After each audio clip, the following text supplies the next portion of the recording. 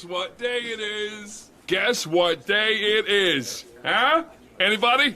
Julie, hey, guess what day it is?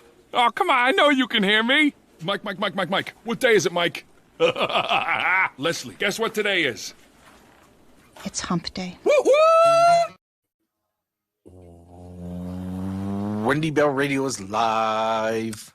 Do you know what today is? Hump day! It is hump day. Hello, everybody. It's so good to be with you. I'm going to try to be cool today with my caller. How are you?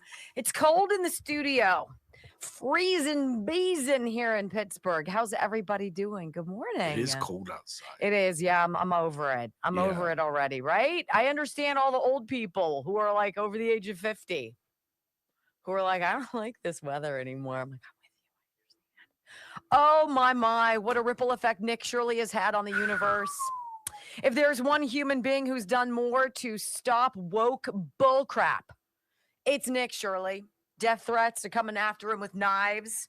Did you see CBS went out and they're like, we went and we did an independent review of the 12 places that Nick Shirley says he stopped by, and all of them have their licensing up to speed and everything seems fine. And I'm like, you didn't even go. Did you see CNN? D-bags. You are such feckless losers. Oh, I hate them so much. Did you see CNN? Well, I don't even get me started. Why would you do that? Right-wing activists who's used racism and homophobic or Islamophobic slurs.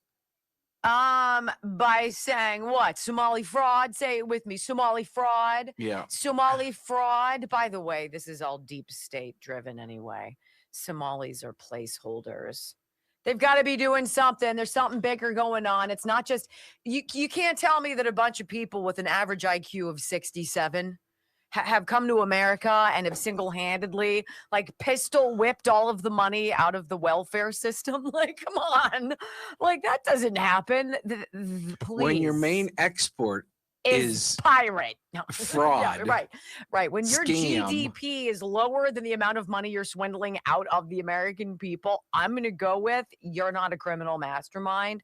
You've got a lot of people helping you out, and you're acting as the go-between. That's all. So we got a couple different fraudulent things going on. Who doesn't think that they go, okay, here's what's going to happen. We're going to give you the grants. Right. What you have to do is filter it out of the country. Right. This is how you do it. Right. They don't even give them a playbook. They have to tell them because the chances are they can't read. So wait a minute. We know that there have been suitcases of cash, like pulled by 2 Somalian couriers for years. It's been going on for at least 6 years, right? The backbone of the community. 89% are on welfare. Yeah, they built this country on rock and roll. And we're like, right, okay. They're the cancer of Minneapolis. No, Minnesota. I think the deep state is. The deep state is freaking panicking. They're panicked as. All right, deep state's the cancer. They're at least a symptom. Mm-hmm. I got a lot of weird stuff going on hair-wise today, guys. I'm not really digging it, but you know. If you haven't followed, we need 900 team. People today. We got to get 80,000 by the end of the year, which happens to be today. So pie in the sky. I won't know. I'll be in bed by 8. Do we need 9? You said 900? Yeah. Oh, for the love of all and that's for those that are holy. new, we'll be here live tomorrow too. Duh. You're going to want to be here. I mean, who wants gets to a miss day all off that, right? just because it's New Year's Day? You'd be so bored. You wouldn't know what I to do would. with yourself. So Well, nice I'd still try. be in bed at 8 o'clock. Yes, you are an old man. It's all right. 50 came and went. Anyway, it's great to be with you. If you haven't rumbled 1.05, I find that Lacking. laughable, if we're going to be honest. The right-wing conservative MAGA enthusiast in me is like, come on. Let's hit the button. So we're a radio show, obviously, as you can tell. Wendy Bell Radio.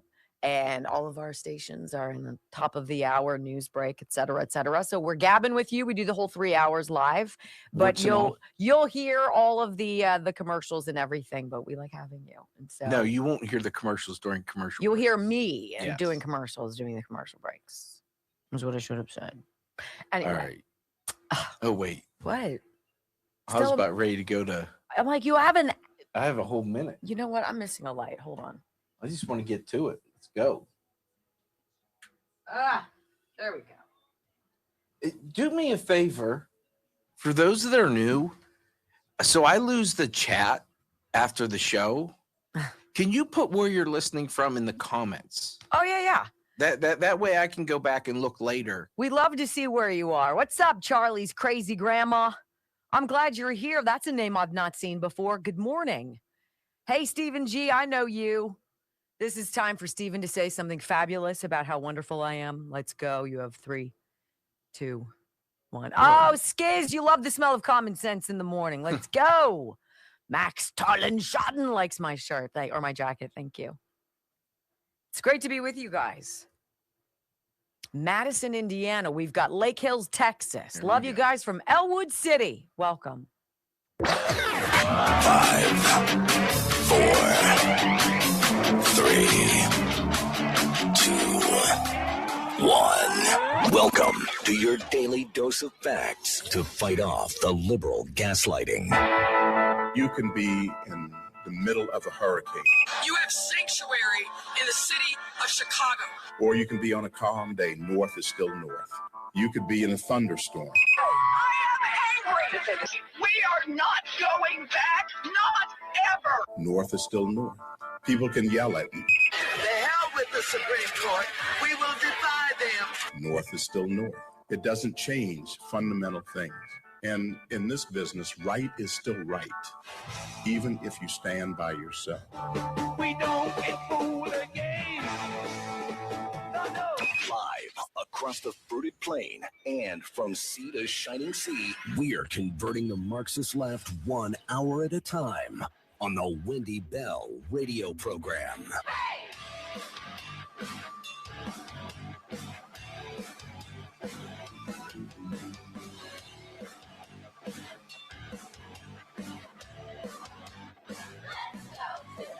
Well, hello, America. Greetings to all of you on the final day of what has been a badass year, 2025. Welcome home to the Wendy Bell radio program. Delighted as always to share what I believe is just common sense conservative values with you. I happen to be a mom, so I look at most things through the lens of how does this impact the people in my life who I love the most? This is what we do. This is what we share. And it's so amazing how one 23-year-old man has awakened an entire country. But what he has really done is he has awakened Generation Z. See, all you have to do is open your eyes and your ears, ask questions. And you too can have everybody on the left hate you, right? Yes, ladies and gentlemen, Nick Shirley. We're going to talk more about what's going on, the ripple effect across America as the walls are closing in on Minnesota. Ilhan Omar, Keith Ellison, and Tim Walz. Gosh, I love being an American. Welcome home. I pledge allegiance to the flag of the United States of America and to the republic for which it stands, one nation under God, indivisible, with liberty and justice for all. Amen. You know what Nick Shirley exposed simply by showing up in Minnesota, knocking on doors, hooking up with a guy who'd been doing his research, who was pissed off to the last level and was like, look, I am so tired of watching people get rich off of our money. Help me expose it. And boom, in one day, but you know what Nick also did? He exposed that you don't need to turn on the TV to get your news. You don't need to go and see some news hack with makeup on and expensive equipment. You don't need to pay for all of the bells and whistles of equipment. You need a functioning brain. You need a quality heart. And you need your God-given gift of curiosity. And with a cell phone, a little microphone, you can go out and do darn near anything. Your phone is your own little mini computer, for heaven's sakes. And what has Nick Shirley galvanized across this nation? An entire core of citizen journalists who are like, I could do more than my hack ABC affiliate. Did you guys see the story? CBS National News last night. Some guy standing out in some cold spot, ostensibly Minneapolis. And he's standing there saying, Nick Shirley exposed all of this fraud. Right-wing YouTuber, conservative YouTuber, Nick Shirley. Well, we've followed up on all of the places he stopped by and found No kids at all of the daycares. We found they're all perfectly licensed. All of their paperwork seems to be in good order. Yeah, but did you find any freaking kids? CBS? And there you go, ladies and gentlemen. One 23-year-old man who just wanted to know the truth has not just exposed the deep state. He's not just pulled the plug to begin to unravel the grift that you and I couldn't even possibly imagine. He has now exposed the suck media for being so ridiculously irrelevant. We don't need you losers anymore. See you later. Suck it. That's my message.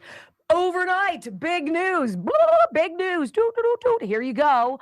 Oh my gosh, the Trump administration actually taking action here. You ready? I'll read it to you from NPR because you know they love Donald Trump. Trump administration says it is freezing child care funds to Minnesota. That's step number one, and I appreciate that. Right? As I say, if you have a water main burst outside of your house and your house is getting flooded, you don't start bailing out your basement with buckets until you've isolated the break, shut off the water, and at least gotten things settled. Yes? Wow. This is what the Trump administration is doing. President Trump's administration announcing Tuesday it is freezing child care funds to Minnesota and demanding an audit of fraud schemes involving government programs. This is where we hear two dudes who look like they're straight out of The Office, right? These two guys look like they could be anybody. They happen to be pretty smart young men with the administration. About to hear from Deputy Secretary of Health and Human Services, Jim O'Neill, who also, fun fact, happens to be the acting director of the CDC. So maybe after they unravel all of the welfare fraud that's going on, he can officially pull the COVID jab, because we should all probably have an honest conversation about what that nightmare did to us.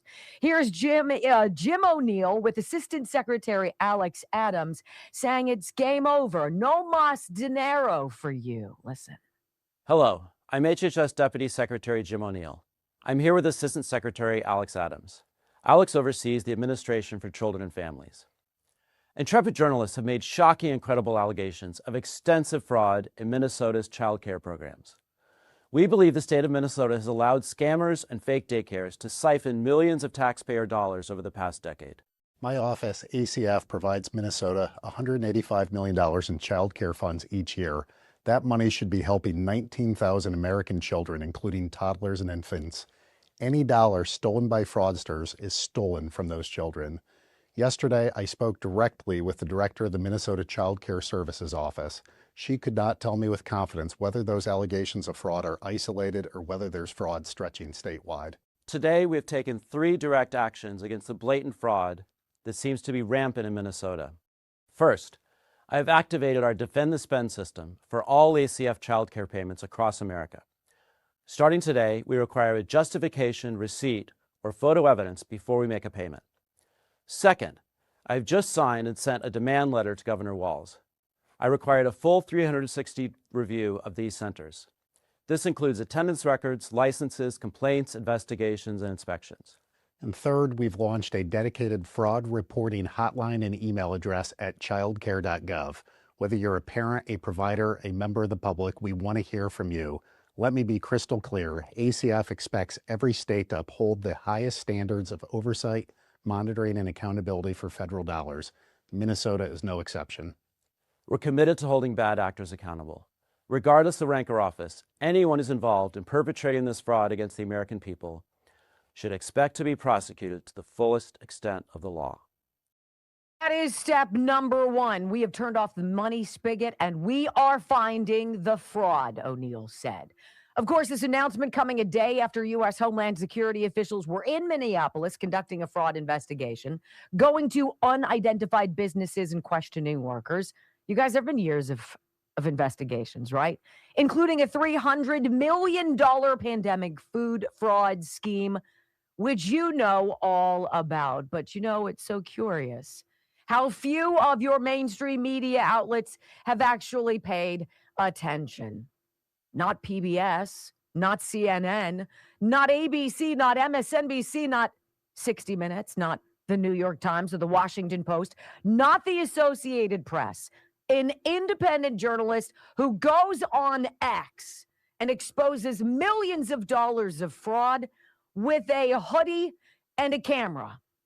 Everybody should wake the hell up. What you are going to hear on today's program, of course, is the left trying its best to play the final card it has. It doesn't realize that it doesn't work anymore because at about the same time, well, let's just say in the same city, Minneapolis, after George Floyd, we were told that we were racist. We were told that we were privileged. We were told that we owed other people stuff. And we have been defrauded. We have been lied to. Elections have been stolen. We've been poisoned. You cannot make it up. Done. It is done. Now, I want to ask you this. How many of you out there actually believe that the people who've come here from Somalia, and there have been, let's say, 100,000 here, at least in Minneapolis right now, they've multiplied, of course, these people have had children, and the family and the unit gets bigger and bigger. Do you mean to tell me that a third world country, absolutely devastated by civil war, by starvation, by natural disaster, by drought, by famine, by you name it, fill in the blank, they've gone through it, where the average person's IQ is in the 60s, which I'll tell you ain't good, that they came here to the United States and somehow managed to pull together some mastermind scheme to defraud the American people out of billions of dollars. Do you believe that they did that on their own? Because I don't. Do you believe that maybe there's some kind of a deal going on? I don't know. Maybe with the United States, maybe with Israel, maybe with Somalia. And maybe that deal might have something to do with where the Palestinians are going to go once the area is redeveloped, the Gaza Strip. Do you think maybe there could be some kind of a weird payment plan going on? And that the people here in the United States who happen to be Somalians aren't actually the fraud masterminds. They just happen to be the conduits through which the money passes. We're not going to send you tarmacs full of cash. We've been there, done that. It's a little obvious. We're going to get it to you in a different way. On suitcases, millions of dollars at a time. Suitcases with Somalian escorts. And then when we flag that money as it's flown out of Minneapolis St. Paul International Airport, it's going to be able to pass, as will the suitcases full of passports. Curious. You mean to tell me that the Somalian people masterminded this as they fled civil war, right? Plagued by inbreeding, to come here to America to mastermind this scheme. Please. It is way bigger than the Somalians.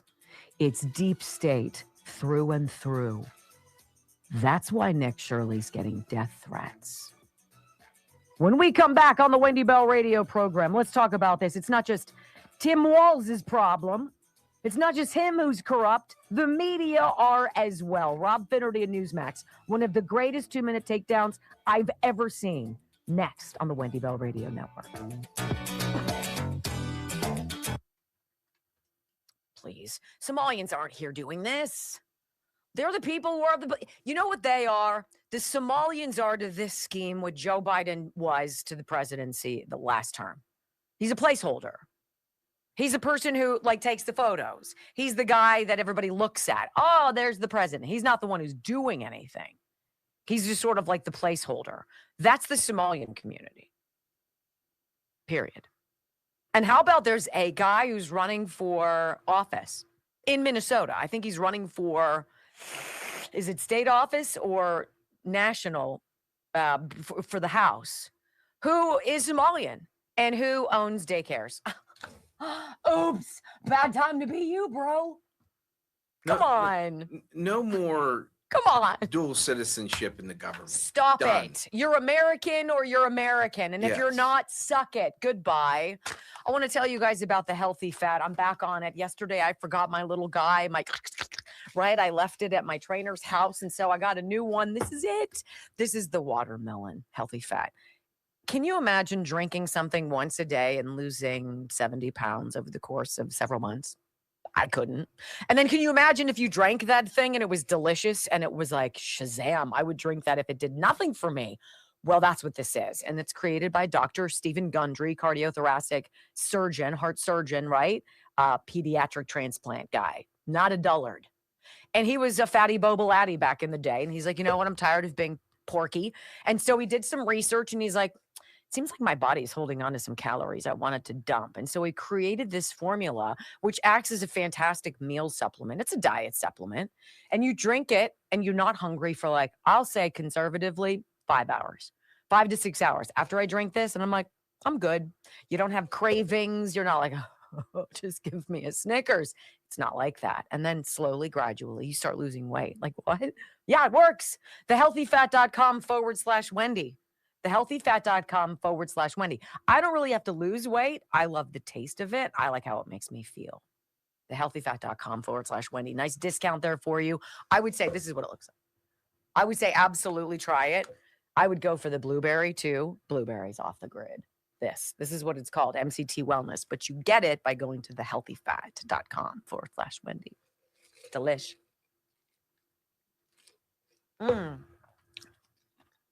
I get more of a pebble ice with the big mouth. Wow. Hello. How's everybody? Gained over 50 people already. 50 Already? new followers. I'm telling you, we have what? 850 to go. So if you like us, just hit the follow button. It's free. How about that? We're live every day. It's free. And dang it, we're worth it. I love you guys.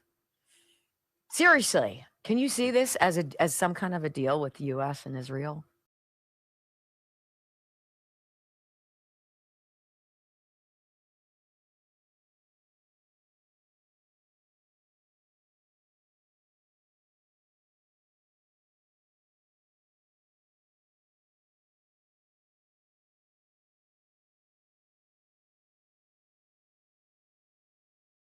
Asked for ordinances to change in their communities so they can perform animal sacrifices in their backyard.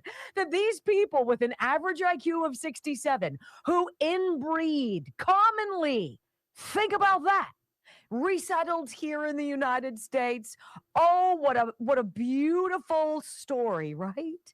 And then they just happen to see this ability to defraud everybody.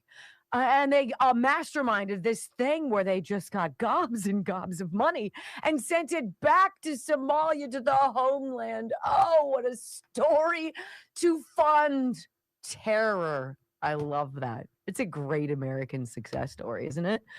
Right. Well, Rob Finnerty is as dubious about all of this as we here on the Wendy Bell Radio Network.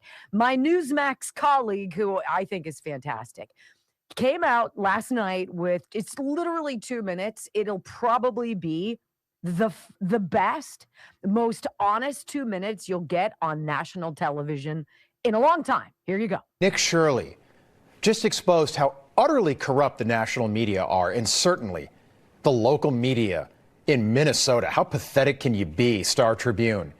Protect the criminals, avoid the truth, and create this fake narrative that Somalian immigrants are somehow part of the fundamental bedrock of this country, part of the fundamental fabric of what makes us all American. But all of that is a total lie. And we don't say that to be mean or cruel. We say it because it's the truth and others won't say it. If you're looking for a way to describe Somalian immigrants living in this country right now, try just got here. That would be appropriate because most of them literally just got here. Again, we don't say that to be mean. We say it because it's the truth. And so is this. Well, this is a country founded by immigrants. Well, this is a country This is a founded unique by country. This is a very unique country, and it was founded by some immigrants and some settlers. But just because we were founded by immigrants doesn't mean that 240 years later that we have to have the dumbest immigration policy in the world.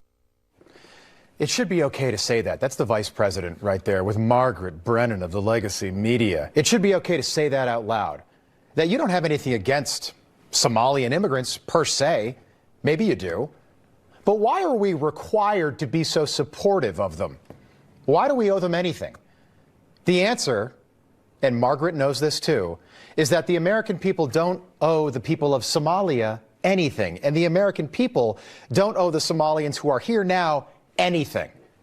But the media would rather run with this narrative that Somalian refugees were on board the Mayflower, or that Somalian refugees rode with Paul Revere during his famous midnight ride. ICE is coming. Or they fought in the Civil War.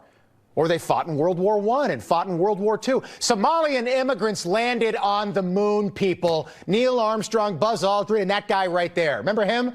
Remember that guy? He brought the gun, too. If it sounds ridiculous, guess what? It is meant to sound ridiculous because this is all ridiculous. But again, the media would rather tell the fairy tale instead of the truth. That most Somalian immigrants just got here and have nothing to do with the story of America. Again, we aren't saying that to be mean. We're saying it because it is the honest truth. It is all so damn ridiculous. Everything they put you through. I mean, choose a topic.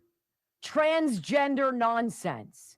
In what world does it make sense to anybody out there who's telling the truth that a child who's 8, who still doesn't know how to tie their own shoes, feels like they've been born in the wrong body? I don't know. Something's odd. I don't know. Maybe you shouldn't have given your kid a cell phone. How about that? But instead, let's go lop off body parts, stitch on others, take a bunch of drugs, put on lipstick, and call it a day. And the left tells you, oh, that's gender-affirming care. No, I call that child abuse. I don't care what you think about that. Because if you think I'm wrong, you're the problem. If you don't see what they've been doing, if COVID wasn't the biggest freaking wake-up, if you didn't get a whoosh frying pan to your face when they locked you in your house, when the Gestapo came and knocked on the local restaurant and forced them to shut down, but the porn shops were open, Walmart was A-okay. And if you needed to get your liquor, come on in. We're not closing. If that didn't freaking wake you up, what is it gonna take? A bunch of people who don't look like you stealing from you? Is that enough? The ridiculous lies about it? You can't talk about Somalian fraud. That's racist. I'm here to tell you, there's no such thing anymore. Woke is over. Nick Shirley put a freaking stake in the middle of the heart of it. And if you're one of those people who's still dragging around your sanctimonious do-goodery of idiocy, we've lost patience with you. And alas, you will not be saved. For the rest of us, it's now time to clean up this mess. It's time to expose the deep state, pull the plug on the swamp, and get rid of these jags forever. I'm done. How about you? When we come back on the Wendy Bell radio program, let's talk about this. The ripple effect of one kid with a phone. Citizen journalists all over America. Unite! Next. Just got a little pissed. Sorry. It happens. I thought that Finnerty was fantastic. I could eat him for breakfast. I'm just going to say. Anywho. I'm not here to pimp for Newsmax. Yes. They've got good people. But Carl Higbee is one of my did favorite. Higbee did a monologue yesterday. I believe you can find it on X. Higbee did one about New York and their new taxes and how you can't sell your house without giving 120 days to let someone else, like a nonprofit, buy it. And if they show any interest, they can expand it longer. He's like up to a year before you can sell your house. It was fantastic. Right? All right, let me tell you about something that is very close to my heart because it helped a friend of mine, and that is the Simkovich Concussion Institute. If I were to tell you, no matter where you live, if you know somebody, maybe even you, who has suffered a brain injury, maybe you've been concussed, Maybe something happened to you, an accident, something, I don't know. When you were even a child, it could have happened decades ago. But you know that you've not been right since then, right? If you suffer from awful headaches, if I told you, no matter where you live, you could come to Pittsburgh for 4 days and fly home on the 5th day and be healed, would you be willing to take that chance? And then if I told you it's not going to bankrupt you, it's actually rather affordable to have Dr. Simkovich adjust you, fix you by putting his fingers in your mouth and adjusting your face and your neck, your soft palate, and a thing called your sphenoid process. Would you come and try it? Would you at least go on the website? Because I would. SimkovichConcussionInstitute.com, 412-366-3700. I've watched it happen. I've watched people get better. I believe in them because I know it works. 412-366-3700. It's amazing. Oh, we got people who donated. What? Oh my gosh. Steve Who's giving? Gerald, 65, $10. Your fabulosity and sassiness is brilliant today.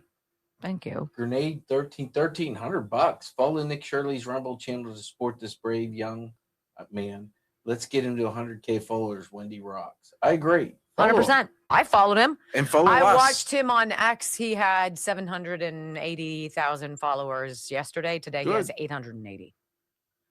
I'm happy for him. Let's elevate these people. Absolutely. You know, all boats. I agree with that 100%.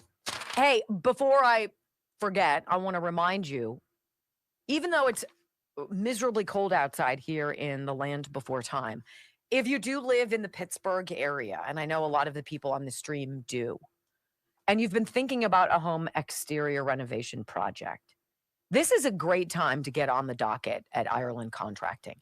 First of all, I trust these guys, home exterior renovation experts. I trust them. I see what they do. It's beautiful. How about getting them out to your house? You need some new windows. You're worried about your roof. You want an idea of what it might cost? How about siding? How about some electrical work? Want to put in some landscape lights when there's a thaw? Get in line after me. 1-800-NEW-ROOF, IrelandContracting.com. It's a great time. Like, you'll get an appointment, lickety-split. Nobody's like, let's go walk on the roof. But if you're like, hey, I want to talk about windows, I want to talk about siding, bring me what you got. Let's talk about it. They will, and you're going to love them.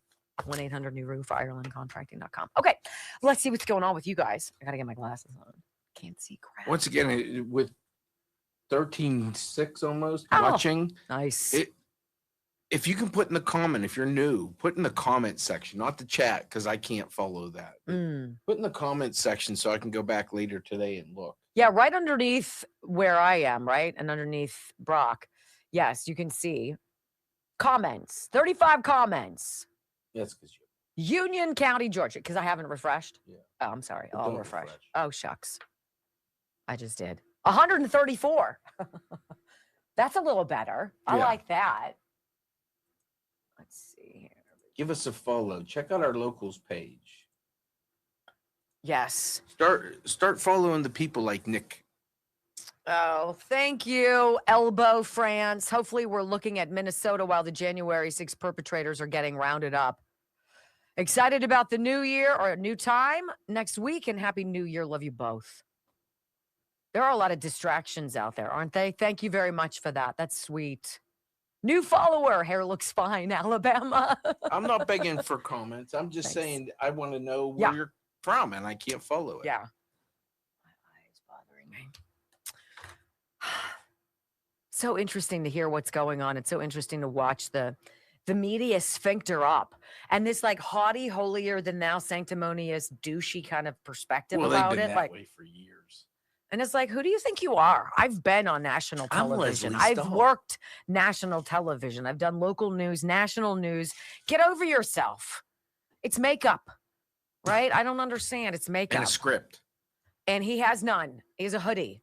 And he's kicking your ass. And he's selling hoodies. And I love it. I love it. We'll talk about that coming up. It's the best. Oh, that's funny.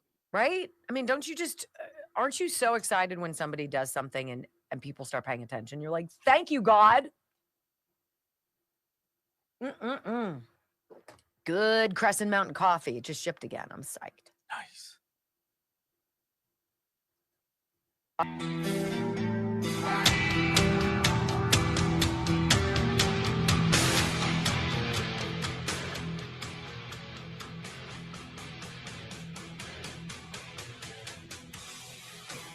Welcome back, my friends, to a feisty edition of the Wendy Bell radio program. You know, before we get into some of the sound of these citizen journalists in other zip codes, Seattle, Philadelphia, Maine, people waking up and saying, you know, well, what about the daycare facilities in my community? What about these personal care homes in my neighborhood? What about these transportation services that I never see transporting anyone? What about these things? All of us are Nick Shirley. This is like the Three Amigos, right? We're all the Three Amigos. Quick, get your sewing machines out. Let's go. Everybody has a vested interest in the freaking truth. Look, it sounds like a corny time to say this, but it's never felt lonely sharing what I believe is the truth with you. I've never felt isolated. All of the times I've been fired, the terrible things that have been said about me because I was willing to say what everybody else knew was the truth and were too afraid to say. And the knives came out and I became a poster child for being the piñata of the woke, timid, scaredy cat little left. And they compensate for what they lack. And they lack a lot. They find security in numbers with other miserable people, usually white, college-educated liberal chicks, scourge of our lives. And they fight back against you. And they're irrational and they're alarming in what seems to be their mental illness. I don't care. Speak the truth. It's not fraud, ladies and gentlemen. It is Somali fraud. Somali fraud. Somali fraud. And I'm not racist when I say that. It's a joke if you say that I am, and I will laugh in your face. Because nothing is racist anymore. Everything has been racist. It's so damn ridiculous. Aren't you tired of it? Well, let's go out and about, shall we? Citizen journalists Cam Higbee and Jonathan Coe visit Somali daycares in Seattle, Washington, starting with the Dagash family childcare inside a really nice house. This is what we would call the Shirley effect. My decoy went up, and she could hear people rustling around on the other side of the ring camera as if they were listening to her but not responding. Kristen Magnuson and I also went to this house right after you guys to see if we get the same response, and we sort of did. We saw the same thing, the windows with vinyl covering, can't see inside. We ring the doorbell, but actually somebody responds to us. Hey, is this Dagash Family Childcare? No. It's not Dagash Family Childcare? No. Okay, what's the name of the childcare here? I don't know. I ask, has this place ever been a childcare? The woman says no. But obviously Washington state records tell a completely different story. Yeah, this specific address is locked into Washington state records as a daycare. Yeah. It's locked into like the Google page for the business. Yep. Is this address. Right? And it's up to date with licensing. The numbers here. Okay, so we just visited Dagash Family Childcare. This address was confirmed online. They get $23,260 in October. They have made $210,000 just this year. And how many kids again is this place registered for? Oh, that's the fun part. 3. 3 kids. So this place are licensed for 9 children. Okay, this place is licensed for 9, but they have 6 slots available. Right. Which means they only have 3 kids, and they've raked in $210,000 in tax money. And neighbors say when we ask them, have you ever seen kids come out of this place? Not a single one. Not a single one. Them. So this woman comes up. The people who live there actually texted her as a neighbor, and asked her to confront us because they thought we were ICE. So the next question is, are they illegal immigrants? Why are they so concerned about ICE? Jeez, that's another rabbit trail. A total other rabbit hole. It isn't a rabbit hole. In fact, I have a story coming up in the show, I believe in hour number 2. You know, ICE was in Minneapolis and St. Paul, and they were there in September. And they knocked on doors. They talked to and interviewed 1,000 of the immigrants there. I'm going to ask you, what percentage do you think were illegal? What percentage do you think had broken the law in some way, whether it be immigration fraud, marriage fraud? I want you to stew on that. Think about what your answer is, because I believe it will astonish you. These two journalists, Cam and Jonathan, keep going. They say neighbors have come up to us and they say, hey, we've lived in the neighborhood with these guys. I've never seen a single child at their house. If this is actually a daycare center that just last month made $23,000 and has made $210,000 so far this year. But what she said is, I have seen no evidence that there is a daycare there. She actually said, my husband and I were wondering how those people afford that house, because she said the rent was $3,500 a month. I haven't seen kids over there. Okay, interesting. I have seen, I've seen one child over there, like when they have like family things. Right, yeah. But no, I have not seen any evidence of daycare activity there. On 9/11/2025, they came in and they inspected. They found multiple long-term, short-term, serious, and immediate risks to children. That's in September. In September, they were awarded $22,000. So I reached out to the Washington State Department of Children, Youth, and Families, right? Again, this is the agency that essentially licenses, does oversight, does the inspections.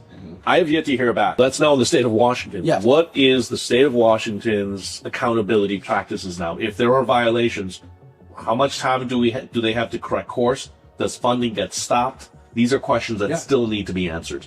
What I want to emphasize, though, especially in our reporting, is that we're not alleging that every single one of these Somali-run daycares are engaged in fraudulent activity. Yeah, totally. We went to some today that seemed totally legitimate. Right, and the vast majority may be legit, but the ones that we've investigated and the list that we still have that needs to be investigated, there are concerning signs. We can't do this alone. There are dozens of places we need to hit up. We've just scratched the surface here in Washington State. A lot of these potential problematic Somali daycares are in South King County. So, frankly, Cam, we can't do this alone. This is a call out now to the community, other citizen journalists, other volunteer sleuths who want to start following up. Really, all you need is courage, some curiosity, and an iPhone to document what's happening at these places. Messages sent, messages received. In Philadelphia, a young man with his phone and his microphone, decided to do exactly what Jonathan and Cam did in Seattle. Knocked on the door of the Maternity Care Coalition, which gets $23 million in taxpayer money, but isn't offering any daycare as it's supposed to. In fact, it's not even answering the door. The Maternity Care Coalition is a nonprofit that got $23 million from the government to run daycares like this. So it is 2 p.m. This place is supposed to be open. It closes at around 4:30. We're going to try and buzz one more time to see if anybody opens up. Looking for childcare. Okay, so nobody's going to open. Okay, another entrance. Gonna knock again. Again, it's 2 p.m., so within operating hours, this place should be open. Little Frank needs childcare. Hello? Childcare. Okay, so they didn't answer, so we're gonna call the number on their website and let's see if they answer. Thank you for calling Maternity Care Coalition. We're closed for the Independence Day holiday. It's a little bit cold for Independence Day. They care so little, their voice message is from the summer. Are you out of your mind? Of course you're out of your mind. There's no jungle gym. There's no play equipment. There's no way to see inside any windows. There's nobody answering the knock. Of course not. And I thought it was fantastic after we said it here on this program yesterday. I caught wind of Joe Rogan on his program saying, you know what, let's give credit where credit is due. If Elon Musk hadn't bought Twitter, we would not be sharing all of this on X. We wouldn't be finding each other. We wouldn't be allowed. Let that sink in. You would not have been allowed under the Joe Biden administration censorship industrial complex. If Nina freaking Jankowicz had been allowed to be a part of that truth-telling group of freaks, you and I wouldn't be sharing information like we are. Joe Rogan called it out as well. Listen. When Elon purchased Twitter, and I don't say this lightly, I think he changed the course of civilization. I really do. I think we were on our way to this weird dystopian censorship complex that was already moving. We had already had intelligence agencies that were contacting Twitter. We know this through the Twitter files, and they were banning certain people that weren't saying incorrect things, but they were saying things that were inconvenient. And they turned out to all be accurate. All the things that they were warning about, all the things that they're saying, all turned out to be accurate. They stopped the distribution of the Hunter Biden laptop story by the New York Post. The New York Post, the second oldest newspaper in America. It's a huge newspaper. To stop that from being able to be distributed on Twitter, which would turn out to be a totally accurate story. And to stop that accurate story is wild. That is scary stuff. That, if Elon didn't purchase Twitter, we would have just had to deal with that kind of stuff. That would be, and it would accelerate. It wouldn't stay where it is. It would ramp up. It would get more. They were starting to use the term malinformation. So there's misinformation, disinformation, and then malinformation. Malinformation is factual information that might cause harm. Like telling the freaking truth. You know, you got to love it. Spreading out to Maine. Here's your headline. I love this. Maine health contractor fraud, quote, tip of the iceberg. This posted last night, 7:00 p.m. Republican lawmakers in Maine blaming state Democrats now, including the governor, Janet Mills. She's a piece of work for ignoring a health services contractor that defrauded the state's Medicaid program of millions of dollars. Guys, it's going to be everywhere. And now they're calling for full accountability in an issue that they fear is just the tip of the iceberg of widespread fraud. Huh. We're going to drain the swamp, President Trump said. Well, what we're seeing now is a swamp being exposed. Who's swimming there? When we come back on the Wendy Bell radio program, say it with me. It's not just fraud. It is Somali fraud. Threats of calling somebody racist for speaking the truth, yeah, they don't work anymore. Just ask Royce White, Minnesota Senate candidate. Listen to Smart next on the Wendy Bell Radio Network. Call me racist all you want. I don't care. Yep. I don't care. You can say you don't like me. Oh, no. I don't care. I don't care. That's where they pushed us. They've pushed you to be like, bring it. I don't care what you think. I don't care what you say. I care about the truth, and I'm going to go for the truth. And if the truth offends you, you're the problem. Suck it. Right? Other than that, I don't know what you got. All right, so I don't know how many people send you guys their blood pressure, how it gets monitored, right? I get this because I talk about the healthy fat. I talk about Blood Flow 7. This is the product that I use every single day that I will never go another day without. Okay? There are 3 companies I use every single day. Juvenon's Blood Flow 7 is one of them, especially over the age of 50. I'm 55. Lifting weights, doing anything cardiovascular that really gets your heart rate pumping. If you're walking your dog through the woods and there's a really steep incline, if you notice before, you're like, woo, and you're huffing and puffing and it feels like you need an AED, right? You're looking around. You take this and you walk right up that hill and you're like, what happened to me? Well, your blood flow improved and it increased by like 260%. How do you know? Well, because it's nitric oxide. That's what this does. And it opens up your blood vessels, more blood flow, okay, to the brain, to your body parts. Think about it for men. There is a male version called Alpha Gold Male. I ordered it for all 5 of my sons. There's a reason why. Okay? I want to read you this testimonial. By the way, you can get it, bloodflow7.com/Wendy. Get it. There's a bundle, Alpha Gold and Blood Flow. If you are if you are a man and you live with a woman, buy it. Okay? Other way around, buy it. You'll save. And you get a discount with my name anyway. Here's the story. Here's what I got. Hey, Wendy, my chief reason for taking Blood Flow 7 was to hopefully reduce my blood pressure by helping to widen my arteries and veins and also to increase circulation. The graph below shows my readings for the last 6 months. Marked decrease since I started taking Blood Flow. I've also been so much more energetic. I'm 68. I went from feeling like I was on a rapid downslide to feeling 10 years younger and eager to get out and move. I have less fatigue. I struggle less with maintaining attention or trying to remember a word.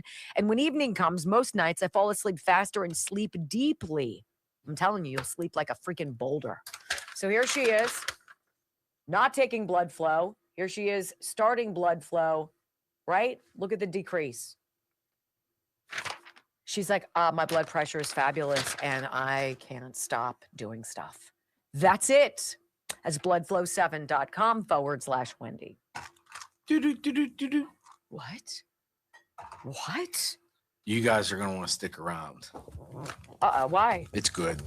Oh, you heard it? Yeah. It's Kelly's new open? Yeah, he called yesterday and we had to change it around a little bit. And I asked him to play with the beginning and he did. And tell me. Pop out of the park. Really? Yeah.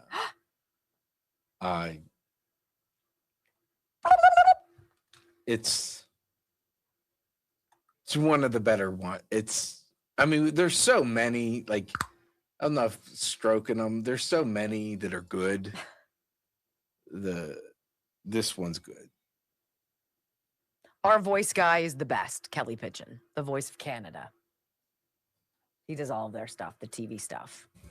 And Brock snagged him, brought him in board. Wendy got him fired too. Yeah, I did. How many people? I have a terrible. If you like your job, stay away from me. She will. I will ruin your business. Get you fired. No, I will not. No, the truth will. There's a difference.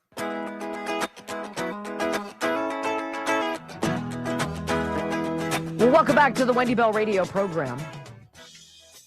You know, it's interesting, the psychological games that come from the liberal side of the aisle. See, when you don't have facts and figures, you don't have the numbers that you need, you don't have the cold, hard data, you don't have the jobs, you don't have the security, you don't have the crime numbers aren't down in your favor. Well, if you're a liberal, all you do is fudge the data. I hope nobody's paying attention, right? And then when you get called out on it, be like, oh, that was a coding error. That was a glitch. You know what? It was so weird. I forgot to move the decimal point. I'm sorry you caught me, right? And then what they do is, because they don't have facts, figures, and they don't have cold, hard data to support their lunacy, they resort to stupid feelings, emotions, words, ginning up this shame, being sanctimonious, finger wagging you, all while knowing nothing of what they're speaking of course. The whole racist thing doesn't work. The white supremacist thing doesn't work. I don't know any white supremacists. I've been around a long time, half a century, you guys. I've never met one. I've never been invited to one of their parties. I never was offered an opportunity to vote. I never got any of that. Do you know all of these white supremacists, all of these racists running around? Or do you notice a bunch of people who merely tell the truth? And the truth exposes those who have been deceptive. Well, there is a Minnesota Senate candidate. His name is Royce White. He was on Newsmax, I believe, yesterday, and he said something that was just interesting. He says, you know, threats of calling someone racist for speaking the truth, it doesn't work anymore. It does not work anymore, and it is from this gentleman, and what you're about to hear, that today's title came, the title, not far right, we're just right. Listen. If calling out the fraud makes you a racist, then sign me up. It's not racism. And we're not the far right either. We're just right. We were just right about President Trump. We were just right about a bunch of other things. We're right about the Somali fraud, and we're right to say that it's Somali fraud. You know, the greatest double standard here, in contradiction of the MSNBCs of the world, they hold up an identity when there's success, they say black excellence, immigrant excellence when they talk about Ilhan Omar. But in failures, all of a sudden it's racism or bigotry. You can't have it both ways. If you're going to hold up an identity or a group in their success, you have to take accountability with the failures as well. It's Somali fraud, and we're going to be calling it Somali fraud, and we don't mind being called racist. 100%. Drop it. Give it to me. Call me what you want, white supremacist. You know what? Because I'll tell you what my privilege enables me to do. I'm going to tell you how my whiteness works on my behalf. You know what my whiteness allows me to do? I'm not so sure it does anything, but I can tell you I work my butt off. I can tell you that Brock and I show up on Thanksgiving. We'll be here tomorrow on New Year's Day. You know why? Because our white privilege tells us the best way to communicate and reach people is to connect with them when others phone it in on holidays. When others do best of shows, we show up and we put in the time. We put in the hours. We put in the research. Is that my white privilege? Or does my white privilege give me the ability to pay exorbitant taxes? That's my privilege, to work hard and pay a lot of money so that other people can grift. Scott Jennings called out the whole white supremacy nonsense yesterday. Tim Walz calling basically any calls against Somalian crime white supremacy. Democrats who have put Somali diaspora in Minneapolis at the center of their party and their state's politics. It's a small portion of the population. There is a bunch of fraud that goes on. And even Tim Walz has claimed that any investigation of this fraud is akin to white supremacy, No, which is he a hasn't. ridiculous He has not allegation. claimed that. He has not said that. He has said that. He has not said that. This is what happens when your own federal government wages war against you. This is what happens when they target communities for their own benefit. This is what happens when they scapegoat. And this is what happens when they no longer hide the idea of white supremacy, the idea of white supremacy, the idea of white supremacy, the idea of white supremacy. I just want to make sure, right, that you heard that. No, he didn't. Abby Phillip jumping in as the hack leftist running interference for the Democrat Party. Right?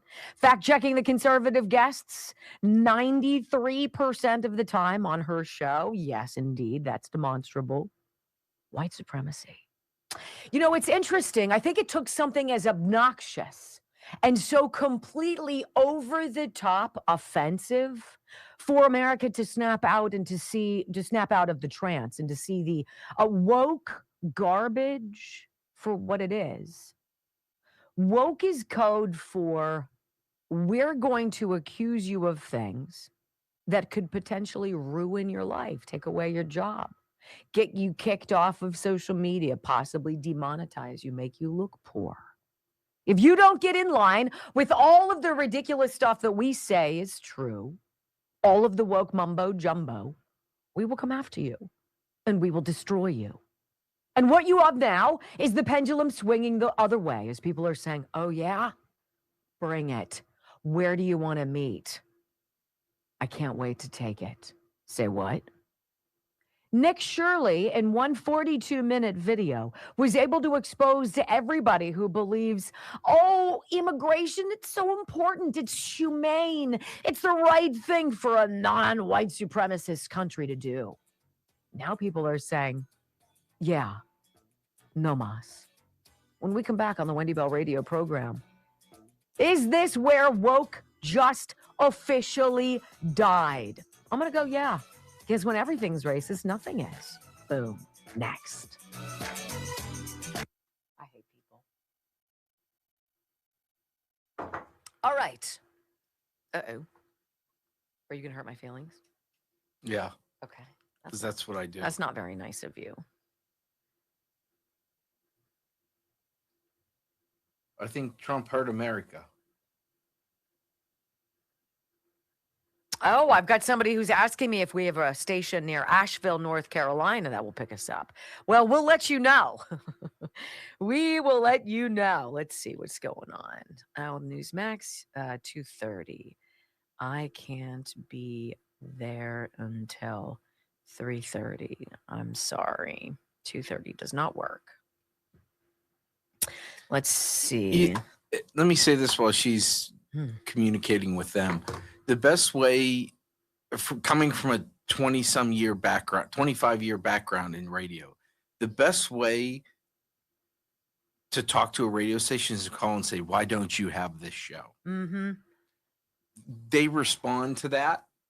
If they respond to anything, that's the best way. Yes. If you're interested in getting us on your local dial. Because they may not know who we are. Well, I guarantee you they don't. Not a lot of conservative chicks out there spreading the good Let me news. say this. Of the major players, there's two, Premier and Westwood One. Mm-hmm. 0. Yeah. That's a shame. Isn't it? 50% of your listeners are females. Probably not college-educated white women, but in general. My eyes are really bad today. And yes, next week is the new time slot, noon to 3. Yep. Hey, man, look, we didn't think it was appropriate to be in that noon spot. There needed to be a lot of time there. Yes. I listened at noon for 20 years. And that's Rush's, you know? And he's been gone now, what, 4 years? Yeah. I think it's 4. And I think we waited. And for our... closer to 5. For our life-work balance, it just makes sense over the age of 50 to not wake up at 2:30 in the morning. So I said to Brock in June, I'm ready. I'm ready. I'm ready for us to have more reasonable hours. And I really didn't think about the noon slot as being Rush's anymore. I think enough people have been there, you know, that I'm not going to be doing something that I think is too soon. Is that to say that all sorts of people who love Rush Limbaugh are going to pay attention to me? Duh, they should. But no, that's not what I'm saying. I just, you know what I mean. All right, what do we want to talk about, you guys? Okay, Healthy Cell. So I told you there are 3 companies I use, products I use, supplements I use. I'm not a big, I'm on no prescription drugs, right? Even though friends of mine, they're like, you're not on hormone replacement therapy with menopause. And I'm like, no, I feel fine. I'm sure I'm good. Right? What I do take, other than blood flow, what I do take, other than drinking Dr. Gundry's Healthy Fat, is I take Healthy Cell. And one of the things I like about Healthy Cell is all of the various formulas they have that they put into a gel formula, right? So you peel it open, squeeze it in your mouth, and instead of taking a Xanax to calm yourself down because you feel like you're going to rattle out of your skin, you take Calm Mood. What is in it? Well, soothing herbal extracts, vitamins, and adaptogens, including ashwagandha, 5-HTP, and L-theanine for relaxation and occasional stress relief. How would you like to take that, right, and sit down and let it just settle you rather than popping something from Big Pharma? How about the bone strength one, which is huge? This is their newest formula. Healthy Cells Bone Strength. This is what it looks like. Right? Hey, ladies, if you're in your 50s or beyond, why aren't you taking this? This is huge, game-changing. Let's read about it. What's in it? Key micronutrients include vitamin D3, vitamin K2, calcium, and magnesium for bone density and preservation. Okay, I'm all about that. I don't want to be a brittle old lady. One of these a day. Done. And because it's in a gel, it's 165% more absorbed by your body than swallowing a pill. And if you've never placed an order, you're going to get 20% off today. healthycell.com/Wendy. I'm telling you what, if you've got the fog of later years, and I'm with you, which sucks, focus and recall. The focus and recall, pew, and you know Brock, and he takes the REM sleep. You want to sleep deeply? REM sleep. Not drugs. Not drugs. Supplements, vitamins, minerals, things that happen out there in the world that are in these microgels. healthycell.com/Wendy. I love them. Wouldn't tell you if they didn't work. This is a really unfortunate dive into just one dude sounding like a crybaby. This is one white Jewish guy who's going to carry the racism card and try to play it. And I'm going to be like, dude, really? Read the room. It's Somalian fraud. Somalian fraud. Say it with us. And tell me he doesn't remind you all of Warshak. Best way to contact your radio station, someone asked. Excuse me. Is call and ask for the PD, the program director, or email them. Everybody has an email that you can get to a radio station. Demand Wendy Bell Radio. Yes. WendyBellRadio@gmail.com. Say she's radio affiliates at WendyBellRadio.com. 2 different ways to get to us. You could say one of 2 things. 1, she's fabulous, or 2, she's delicious. Or 3, you need a female on the air. Yes. Where are the women out there? Why are we really listening gets to their the attention. same middle-aged white dudes? Like, I love middle-aged white dudes. Don't get me wrong. I'm married to one. I work with one, right? I love them. I love my men. Every now and again, you want to hear a woman. Let's hear this. I'm so excited. New open alert. New open alert. Just for you. My glasses are a freaking disgrace. 5, 4, 3, 2, 1. Wendy Bell, America's anchor mom, fighting for America 1 hour at a time. Welcome to the family. The following public service announcement is brought to you by a generous grant from the Tim Waltz Somali State Flag Fund, the Ilhan Omar Imaginary Children's Fund, and by Somali Pirates for a Better America. Raise the Somali Roger. Okay, well, Tim is replacing the Minnesota flag with the far superior Somali flag. I want to talk to you about an amazing business opportunity. Have you ever dreamed of making passive income from a daycare center, but you hate kids in America? Yeah, we all do. But now it is easier than ever to make millions of dollars on your very own chain of daycare centers, and you don't even need any children to attend. Get your $4 million grant so you can open up your very own Learning Center. Is that supposed to say Learning Center? Doesn't matter. Who cares? 3 hours of bold truth and excellence. You've just signed up for the WBR Army. Strap in. This is the Wendy Bell radio program.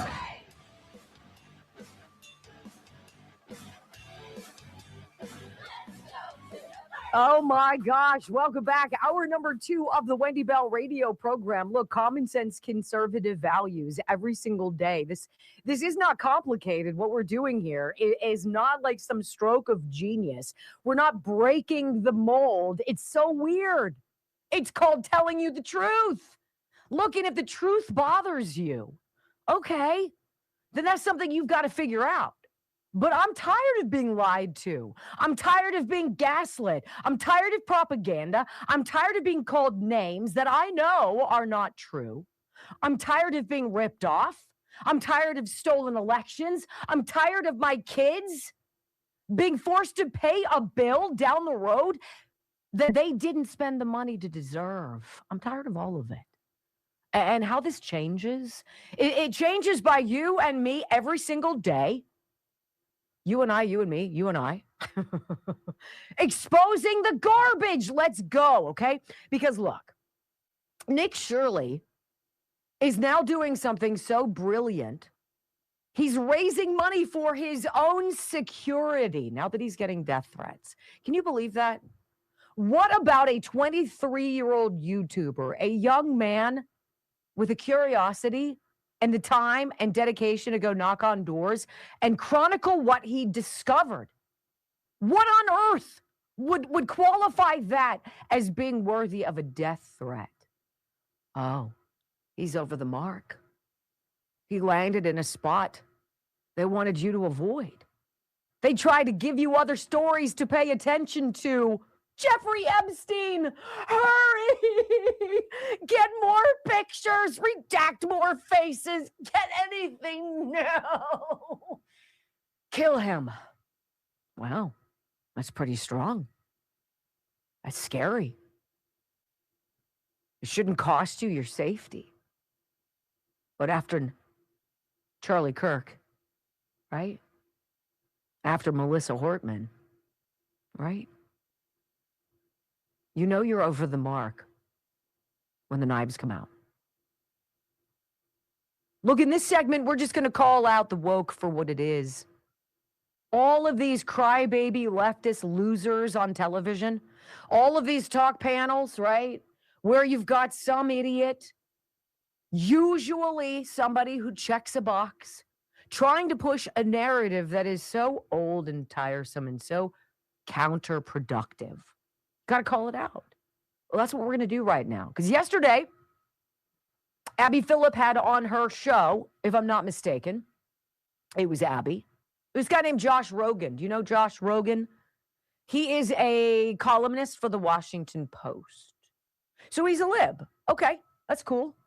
Well, it's not cool when somebody sits there and tries to spew a story of racism, of white supremacy, of some kind of privilege in an effort to shame you into not telling the truth about Somalian fraud. Calling it out doesn't make you anything other than a truth teller. I want you to hear in your own ears what it sounds like to be lied to. What it sounds like to hear the woke everything of the left fail to stick the landing and explode in the face of the white Jewish guy who's trying to play a race card right now. You guys ready? Here's audio soundbite number 1. This is Washington Post columnist Josh Rogan on CNN last night. Well, setting the politics aside here, because there are real lives on the line and real families and communities at risk. And I think we need to acknowledge that although no one's for fraud, everyone's against fraud, what's going on here is very clear. It's a targeting of the Somali and Somali American communities that was directed by the President of the United States in public, on television, repeatedly. He called them garbage. He said they should go back to where they came from. Targeting, that's a very interesting word. See, on the left, the people you're using as, let's just say, cover for your fraud, they need to be victims of something, right? There's always got to be some bleeding heart reason that we've all got to kumbaya, get together and say, let's give them a bunch of money. Let's open the border. Let's give them a shot. It's humane. When the Pope says that, you know how deep and dark this goes.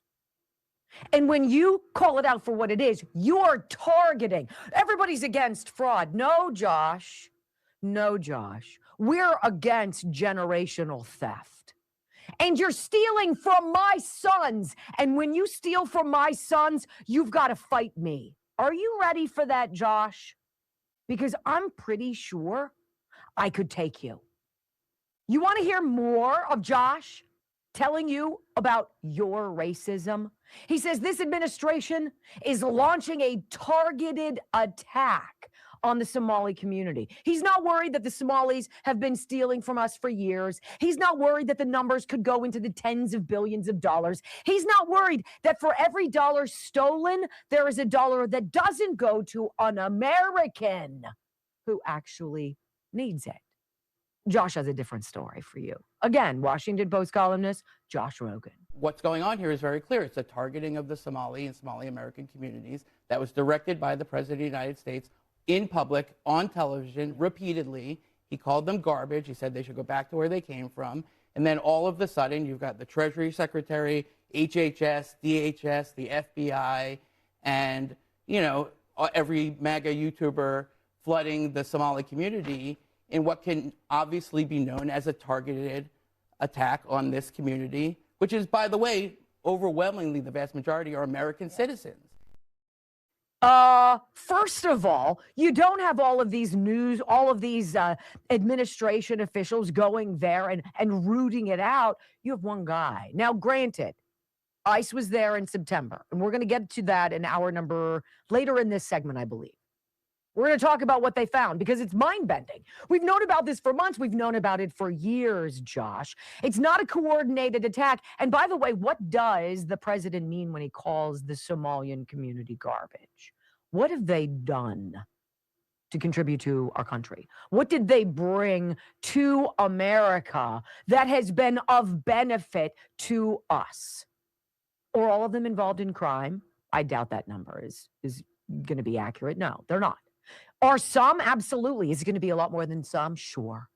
Josh Rogan wants you to believe that law enforcement is supposed to be about crime, not about a person's identity. But what about if the person who's doing the crime fits into a box that you check in your woke altar of do-goodery? Listen.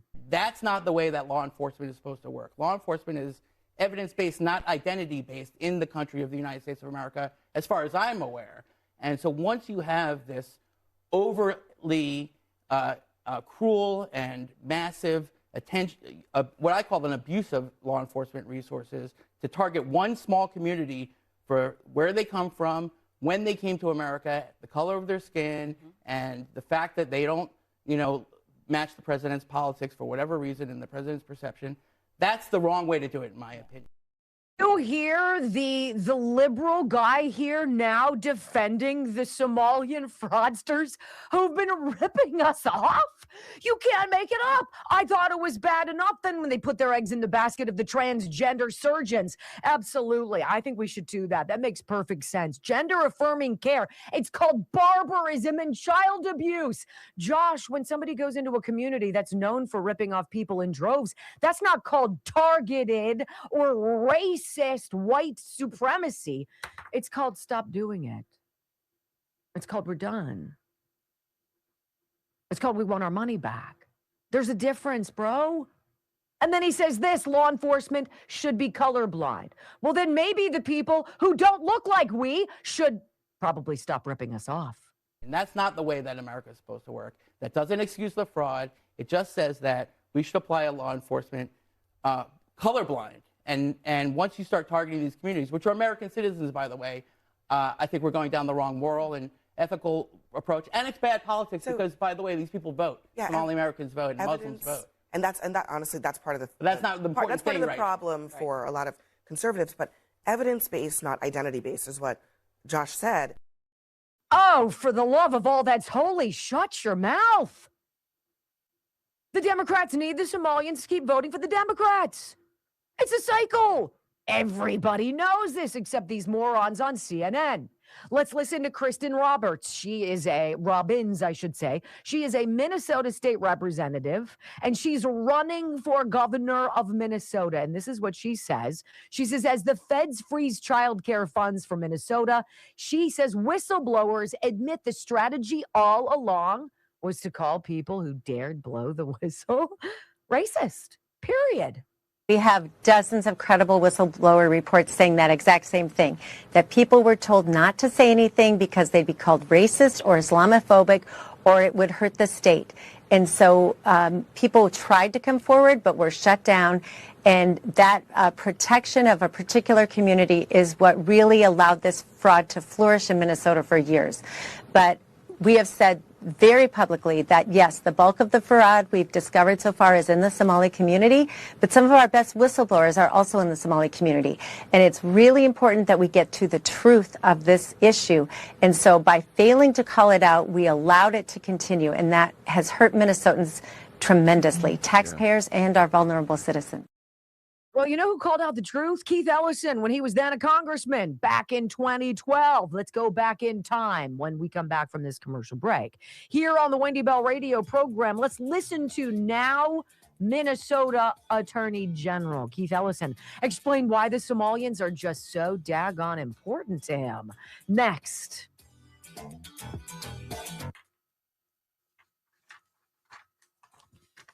We're going to call you racist. Go for it. Can't wait. All right, guys. All right. So it's actually a really apropos time to talk about this because it's around this time, it's beginning of the new year, where people are like, all right, I said I was going to do it last year. I'm not going to do it. I'm going to try to finally get it done. Look, losing weight over, I don't know, maybe 45, over 45. It seems to become more difficult, right? All of a sudden, there's that extra 5, 20, or 40 pounds, and you're like, how did that happen? Every year, a couple pounds, and then you're like, what I used to be able to do to take it off, I can't do anymore. I don't know why. Well, you can find out why, and today is the last day for new patients to take advantage of this ridiculously affordable. It's a steal. $79 for the most extensive blood panel workup you've ever had in your life. Dr. Dubiak and bodybyAIM360.com. They have, for $79, 65 different biomarkers and all of these various hormones that really tell the story of you from the inside out.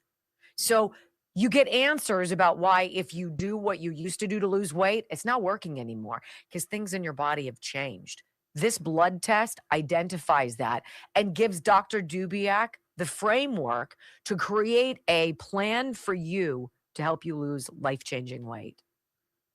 Look, if you want to get the shot, you can get the shot. He can help you do that.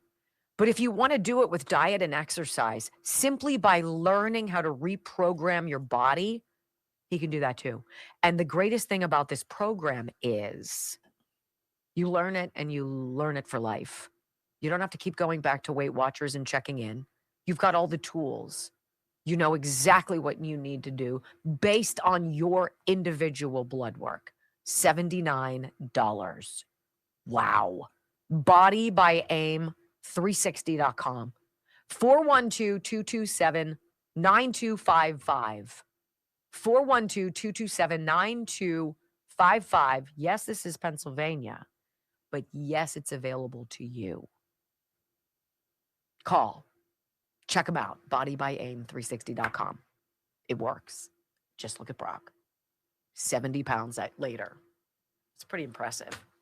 Froggy 1776. Everyone, may I please ask for prayers? My mother-in-law passed last night. Oh, Froggy, I'm sorry.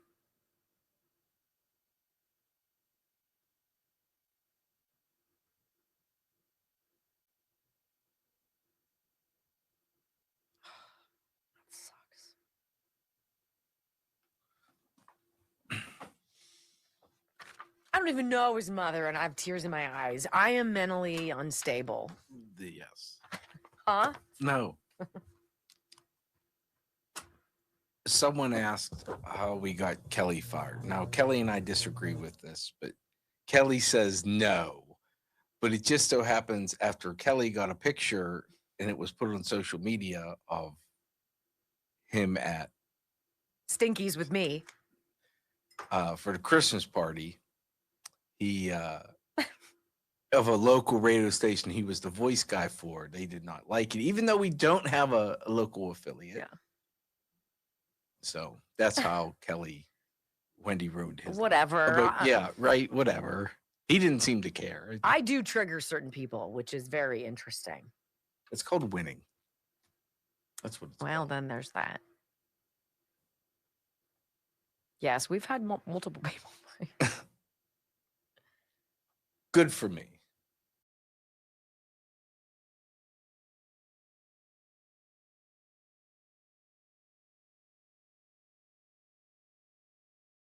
Somali fraud, right? We got to call it out. We allow it to continue if you don't call it out. If you bury your head in the sand because you're afraid that somebody's going to call you something, grow up.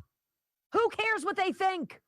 And by the way, if somebody calls you a stupid name, you know, that's one more person to scratch off your Christmas card list. It's easy. Look, I'm helping you out, right? Keith Ellison, back in 2012, he said this to a guy. I forget who the guy is. He's a Somalian journalist.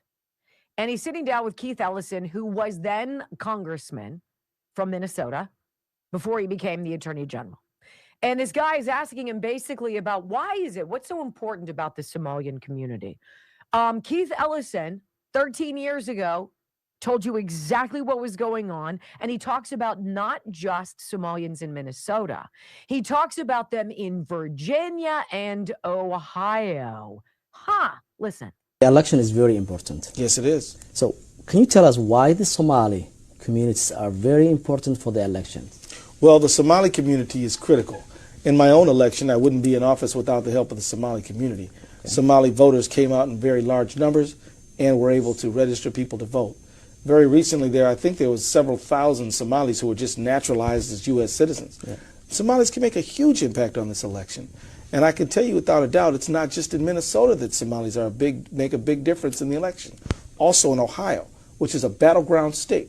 Somalis that are in Columbia, or Columbus, Ohio, and in Virginia, all have a role, an opportunity to play a very big role in this election. And so I think many of us are counting on the Somali community to get involved, stay involved, but not just vote. Help others vote. Help us ballot harvest. That's not true, Wendy. It didn't happen. Yeah, it did. We played for you the audio of that. We showed you the video of the dude inside the car with all of the ballots all over his dash. We showed you the undercover video knocking on doors of Somalian apartment complexes and basically strong-arming people to vote Democrat and then paying them for their ballots. We showed you that. That's not hyperbole, as Joe Biden would say. I want you to hear, by the way, as we're exposing the truth, let's hear what the other side is talking about. Here is a little mashup of white liberals losing their mind, loving the Somalians. I'm so sorry. We love you. Oh, boy. Dear Somali Minnesotans, I'm just so sorry that you're the victim of all this hatred at the federal level. We love you. we won't fall for scare tactics. We won't let Trump divide us. That's not how I learned Christianity. We love you, and we support you. We truly are one Minnesota. Literally, you cannot make it up, ladies and gentlemen. Don't be like that. That's called dumb. You are ignorant. You are gaslit, propagandized. You are lost. I'm sorry, you will not be saved. YouTuber Nick Shirley receives serious death threats after $100 million daycare expose. This is from the International Business Times. YouTuber claims he's facing serious threats after a viral investigation into alleged Minnesota daycare fraud drew national attention and fierce online backlash. Why? Why would identifying fraud receive backlash? Because people rely on the fraud. They need it. They're part of it, or they're gaslighting. So you stop talking about it. Independent content creator and YouTuber Nick Shirley has declared that he's receiving serious death threats as a result of his viral expose into the alleged fraud surrounding child care and other taxpayer-funded services in Minnesota. Shirley's footage, which accumulated tens of millions of views on social media, shows several licensed daycare centers allegedly receiving large amounts in government subsidies despite showing little or no activity. You've seen the video, 42 minutes, according to Shirley and collaborators, however. Many of the places they visited, yada, yada, licensed, but without obvious traces of children, no staff, no obvious people working. Caught the attention of high-profile individuals in conservative circles, and the FBI became aware of the fraud investigations before the viral video and claims of widespread probes into possible misuse of federal funds.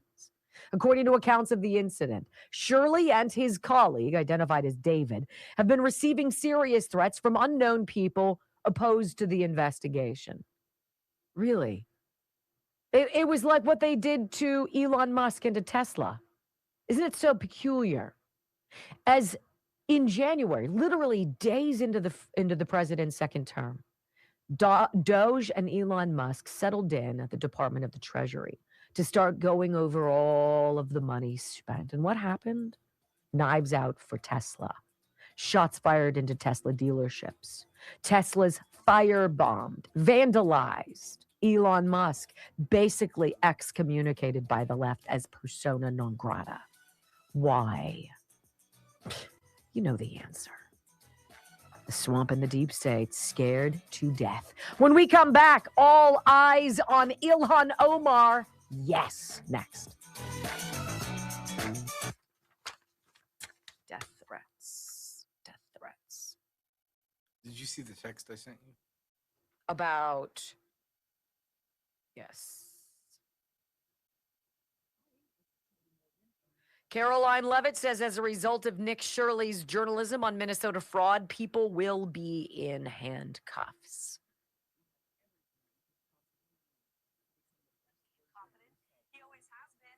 Trump has long called him out for his incompetence and his poor leadership in the great state of Minnesota. I want to commend Nick Shirley for his incredible video in Real Journalism that went viral this past week. He epitomizes what new media looks like, and that's exactly why we at the White House, under President Trump's direction, have embraced new media journalists. What did we talk about like yesterday? Nick Shirley. We've welcomed them in to the White House press pool. We invited Nick Shirley to brief the President of the United States at an Antifa roundtable earlier this year. And this fraud in Governor Walz's state in Minnesota is something the Trump administration has been working on since day one. And since Nick Shirley's journalism really brought this issue further to light, we have surged resources across the board to the state. So I want your audience to understand this is a top priority for the administration. The Department of Justice, as we speak, is continuing to execute search warrants and subpoenas. People will be in handcuffs as a result of the fraud that Governor Walz has allowed to occur for, It's gotta be for Walz. many years. The Department of Homeland Security is conducting door-to-door investigations on the ground at potential fraud sites. And they're also, of course, conducting continued deportations of illegal aliens in Minnesota's communities. We're also not afraid to use denaturalization. That's Denaturalization, where they yank your citizenship. Yes. Oh, yeah, you became a citizen in one of those big deals. Like, everybody, let's do a group wedding, thousands of us, and you're married. Well, about that, I'm going to say maybe that's not all on the up and up, right? All right, let me tell you guys what we want to talk about. Disinfect with Sniper, disinfectwithsniper.com, disinfectwithsniper.com. I don't know of a single bottle of whatever your favorite household cleaner is that can get rid of mold in your shower, that can stop fungal infections, including athlete's foot on your feet, right? Can eliminate parvovirus, MRSA, SARS, COVID, and your regular flu and cold virus, right? And take a space and leave it completely bacteria and germ-free and smelling cleaner than anything you've ever cleaned before. How is that possible? I don't know. I guess you're going to have to try it. Disinfectwithsniper.com. That's all I'm going to talk about today. This one bottle. And you get free shipping. They'll ship this to you anywhere. I know he's shipped it to Hawaii. Do you know how Alaska. Alaska. You know how expensive it is to ship there? It's pretty expensive. And our guy eats the cost. He's that serious about you getting it. Because he knows once you get it, once you're done with it, you're going to be like, I got to get more. It replaces everything underneath your kitchen sink. Get rid of all of it. That's And it. it's safe around your pets and kids. It's safe around. You could spray it in your mouth, okay? And be like, okay, how's that possible? I know. No more washing your kid's mouth out with soap. Can you imagine? Come here, kids. They'd be like, ah! So Nick is getting death threats. He's selling these hoodies, which are hilarious. Yes. And I hope he makes a ton of money. 302. Let's go. Oh, look at you guys. Right on. Under the Sea More too. One of our Sparbaney, one of our listeners wrote a song about Wendy. Check it out. Download it. It's actually a really great song. He doesn't mention me, but I mean, if you follow me, you know he's probably talking about me. I mean, who wouldn't talk about me? Enough about me. What do you think about me? Just kidding. That line, I'll be honest, that line never gets old. Oh my goodness, gravy. So Ilhan Omar, what are we gonna do with this broad? Can we Deport her denaturalize? ass. Can we figure out once and for all if this biatch actually lied about being an American citizen? Because she changed when she came to America. She changed her birth date with the Minnesota State Library of Suck, whatever it is, so that she would be a minor when her father became a citizen. So the minor children of people who become citizens by default become citizens, right? So you drag your minors with you. But if she was 18, she's not an American citizen. And there are lots of discussions about that, let alone marrying her brother. I'm not saying that she had sex with her brother. I'm saying that she lied and broke our laws for him to come across from Somalia or wherever the hell they Are were. you saying they didn't consummate the marriage? I don't even have a sister, and that's right. I'm doing Ace Ventura Pet Detective. Yes, it's bad. Einhorn. Finkel is Einhorn. Einhorn is Finkel. Einhorn's a man. Then you see him in the shower. Lighting his clothes on fire. What is it? The Crying Game or whatever. Yeah. Eating that a movie was whole so stupid. It was funny. Your gun in your pocket. Hilarious. See, you want me to do that about Laces out, Dan. See, I could do that with Ace Ventura.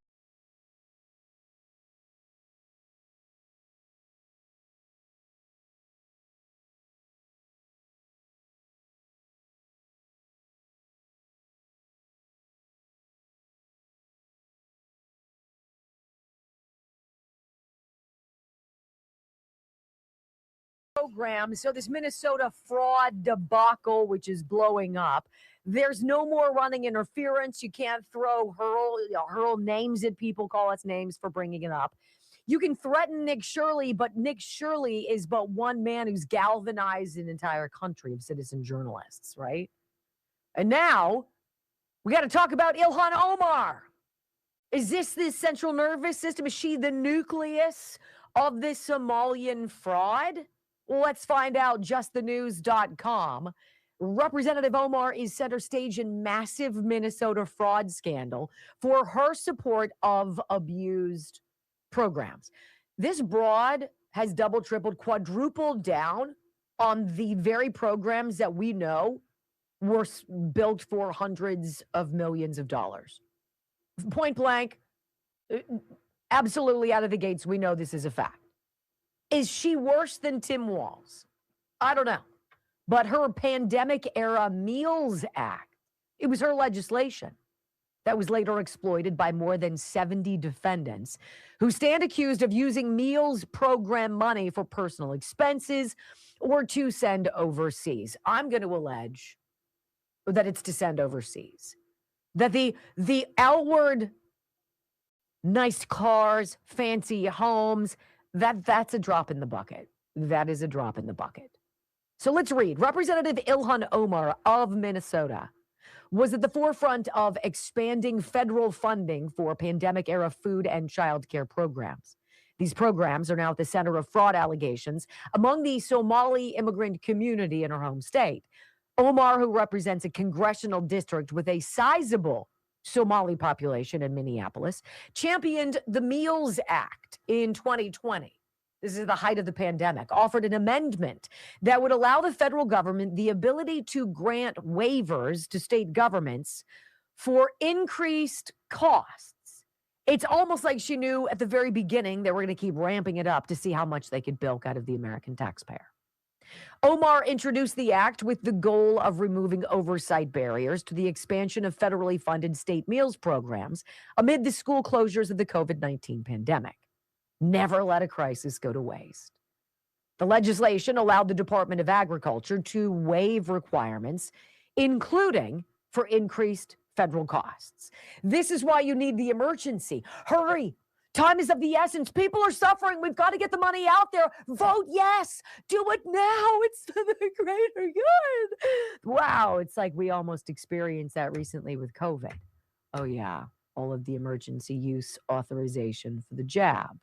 It was because of these waivers, in fact, that Minnesota is now facing scrutiny for allegedly mismanaging federal funds, including by distributions to the Feeding Our Futures program, which is linked to fraudulent activity by more than 70 defendants. I'm going to go with that's just a drop in the bucket. Federal prosecutors say this particular scheme cost taxpayers $250 million after defendants allegedly appropriated the meals program funding for personal use or to send overseas during the COVID-19 pandemic. Nobody's paying attention, right? The Justice Department first charged 47 people in a $250 million scheme involving the nonprofit in 2022. Then FBI Director Chris Wray said the defendants went to great lengths to exploit a program designed to feed underserved children in Minnesota amid the COVID pandemic fraudulently diverting millions of dollars designated for the program for their own personal gain. Attorney General Merrick Garland, who served during the Biden administration, called it the largest pandemic-era fraud scheme ever identified. But the alleged fraud targeting the meals program is only part of the rampant fraud impacting Minnesota's welfare system, with its genesis in the Somali immigrant community there. The New York Times reported last month that the fraud likely totals more than $1 billion. We know now that the number is closer to $20 billion. In 2021, 2 men were named in a search warrant related to the Feeding Our Future fraud scheme. Ahmed Getty and Abdikan Ahmed, associates of Safari Restaurant and Event Center. We've talked about that on the show. Both men donated a total of $5,400 to Ilhan Omar's congressional campaign. Omar also held her 2018 congressional victory party at that same Safari restaurant. Both men later pled guilty to charges related to fraud. Omar's chief of staff said her campaign used that money to donate to local food shelves after the fraud was made known. What a good person. Additionally, a former associate of Omar's campaign, Guhad Hashi Said, pled guilty in August to running a fake food site called Advance Youth Athletic Development, where he claimed to have served 5,000 meals a day, but pocketed $3.2 million from the program, right? Alpha News and Liz Collin, who we've had on this program, reported that Saeed worked for Omar's campaigns in 2018 and 2020, overseeing voter mobilization as an enforcer. So weird how all of these disgusting planetary orbits come back in the same solar system to Ilhan Omar. Scrutiny in Minnesota again vaulted to the forefront shortly after the Christmas holiday, when a viral video appeared to show empty daycare centers in Minneapolis that were the recipients of state grants. The online video, released by independent reporter Nick Shirley, shows in-person visits to several licensed child care centers in Minneapolis. In a visit to one that's garnered the most attention, Shirley's footage shows no children or visible activity at the locale, despite records indicating it's supposed to serve nearly 100 children and has received millions of dollars in state support. Of course, that is the one that misspells learning on the sign outside and spells it leering. The son of the facility owner pushed back on Shirley's video, claiming that the independent journalist's visit came before business time for the daycare to open, right? However, one local told the outlet, "We've never seen kids go in there until today," as it looked like on Monday, all of a sudden, all sorts of kids started getting bussed in. So curious. That parking lot is empty all the time. And I was under the impression that place is permanently closed, one local told the Post. Tiki Brown, who's the commissioner of the new Minnesota Department of Children, Youth, and Families, also pushed back on the accusations of rampant fraud, but said the department would take concerns of fraud seriously. We've got our best people on it. Right. While we have questions about some of the methods that were used, we do take the concerns that the videos raise very seriously, right? Well, how much does that do for you? Not much. Despite the kids flowing into the Quality Leering Center on Monday, Brown said that the facility had reportedly closed for good last week. So what is it? A spokesperson for the Minnesota Department of Children and Youth and Families told Newsweek that they learned on December 19th that the daycare had closed. But after following up later, they learned on December 29th the daycare decided to remain open. Ilhan Omar, has long faced or long called for increasing federal funding for such daycare services managed by individual states. I wonder why. She proposes universal pre-K, child care subsidies for low-income families, and universal school meals, according to her campaign website. All of which, imagine that, appeared in this Somali-run fraud. Well, state auditors warned Minnesota Governor Tim Walz in February of 24 that his team didn't have adequate protections for the taxpayer money it was sending out the door to nonprofits. It was more than 2 years after the first charges in the Feeding Our Future fraud scheme were filed. The auditors found pervasive non-compliance inside the Walz administration with grant management policies that were signaling systemic issues regarding grant oversight. Remember, it was Ilhan Omar who proposed the legislation to ease the restrictions around the grants. Just let the governor give out money more freely. It was, after all, such an emergency. Hurry, right? Walz defended his administration, saying there was no state employee implicated in the wrongdoing. There's not a single state employee implicated in doing anything illegal, which tells you what, of course. When they give you the absolutes, they're guilty as sin. Later that year, the U.S. Department of Labor announced that Walz State had lost $430 million by overpaying unemployment benefits during the pandemic. While it had a lower percentage of improper payments than other states, the sizable total loss alarmed some members of the state legislature, especially Republicans. Why aren't Democrats ever worried about that? Widespread concerns of fraud prompted the House Oversight Committee to launch an investigation earlier this month into Walz management of federally funded state benefit programs, particularly and primarily during COVID. James Comer, House Committee Chair of the Oversight, said his probe would focus on what he described as widespread fraud in Minnesota's social services program under Governor Tim Walz's watch, the state's efforts to cover it up, and retaliation against whistleblowers who sought to protect taxpayer dollars. The committee sent letters to Minnesota Governor Tim Walz and Attorney General Keith Ellison, who we've heard from already on this program, seeking documents, communications, and records as part of the committee's investigation. Those letters demanded that Walz and Ellison had until December 17th of this year to provide the requested information to the Oversight Committee. They set December 17th deadline for responses. It's unclear whether Walz replied to the committee in time. Ellison sent a letter to Comer on that date stating his commitment to investigate fraud and turning over some of the data the committee requested, but also that other data, especially about ongoing fraud investigation, is privileged and non-public. Last week, Comer announced that his committee would be expanding its probe into the possible fraud in Minnesota's social programs, including probing whether the state attempted to cover up the fraud scheme and retaliate against the whistleblowers who exposed the problems, right? Of course. Of course. Some of this, it's part of an ongoing investigation. Well, we're currently investigating. Oh, that's top secret. That is, we have to redact those things. You know what? We're looking at, I've got my best people. We'll get back to you as soon as we hear anything. What does it sound like to you? Does that sound like every single time Christopher Wray ever sat down, put his hand on the Bible, and swore to tell the truth, the whole truth, and nothing but the truth, only to lie, under oath? And he's no more charged with perjury and thrown in prison than any of the players here at the highest levels.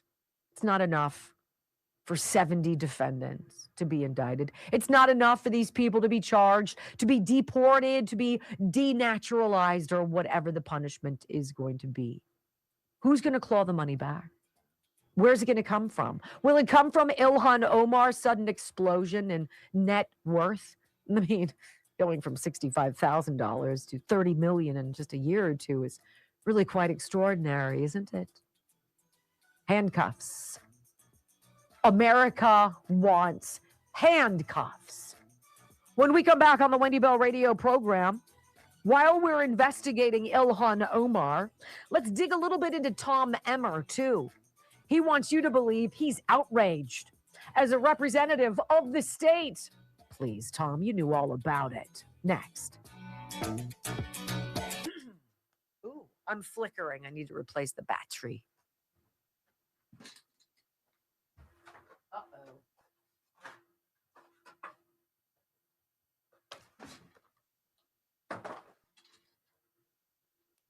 Brock, do you mind if I take you off right now? Oh? I'm going to switch the battery. Okay, good.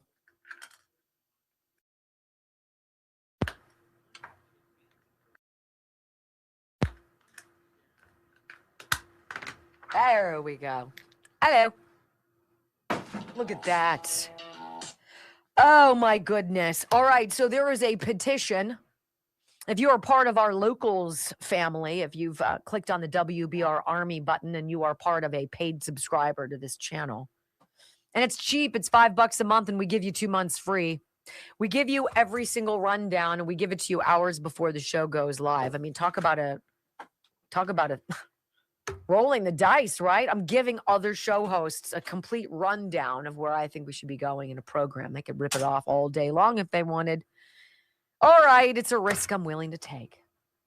But this is where the petition is. It says, Judicial Watch demanding an investigation in Representative Ilhan Omar. And I signed it. I think it's important. You know, enough is enough. Do you look like that? Because I know a lot of people who do. And it happens. And it's difficult when you get to a point where you're 50, 70, 100 pounds overweight. Well, what if you're a young person? This is a young man who lost 100 pounds of fat in 8 months. That's crazy.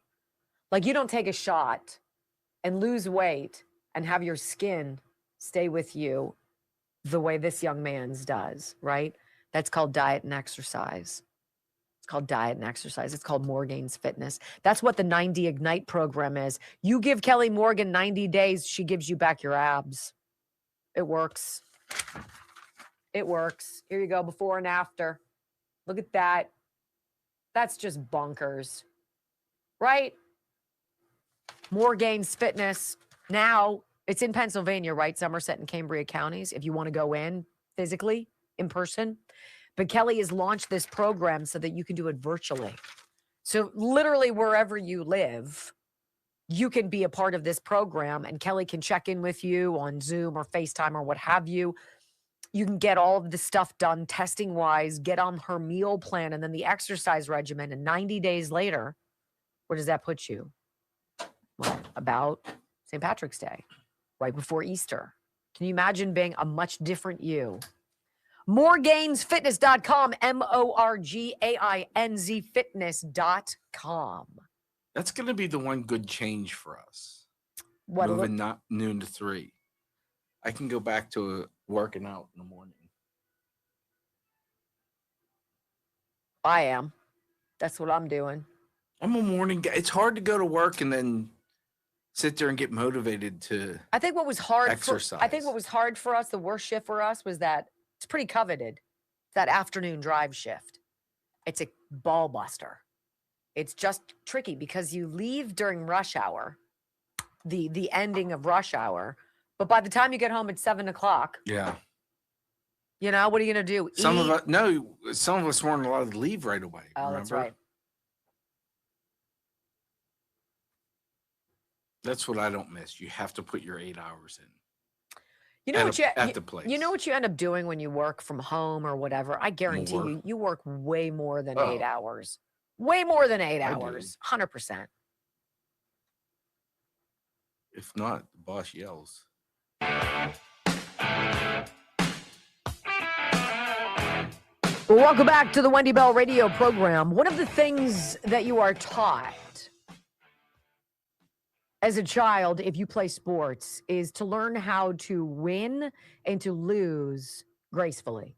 It's a very important message, right? If you've ever been a part of a team that has done very, very well, and you watch the opposing team get slaughtered, there's a degree where you no longer celebrate your points going up because it's not fun. It's not classy. It's not what a good sport does. Similarly, when you're losing, if you lose and you lose in a poor fashion, it's very off-putting to the winner. Winner doesn't need to gloat and drive it home any more than the loser needs to be a jerk about losing. One can applaud the other can tip the hat to the loser, and everybody can go home and feel, you know what, this is the game of life. This is how we grow. This is how we learn how to behave as responsible grown-ups. A lot of people didn't get that message. And it's the Somalians Or it's the illegals in New York who gloat after beating the tar out of police officers and getting bounced from jail and coming out with that smirk on their face, putting their middle finger up to the camera and basically telling the American people to suck it.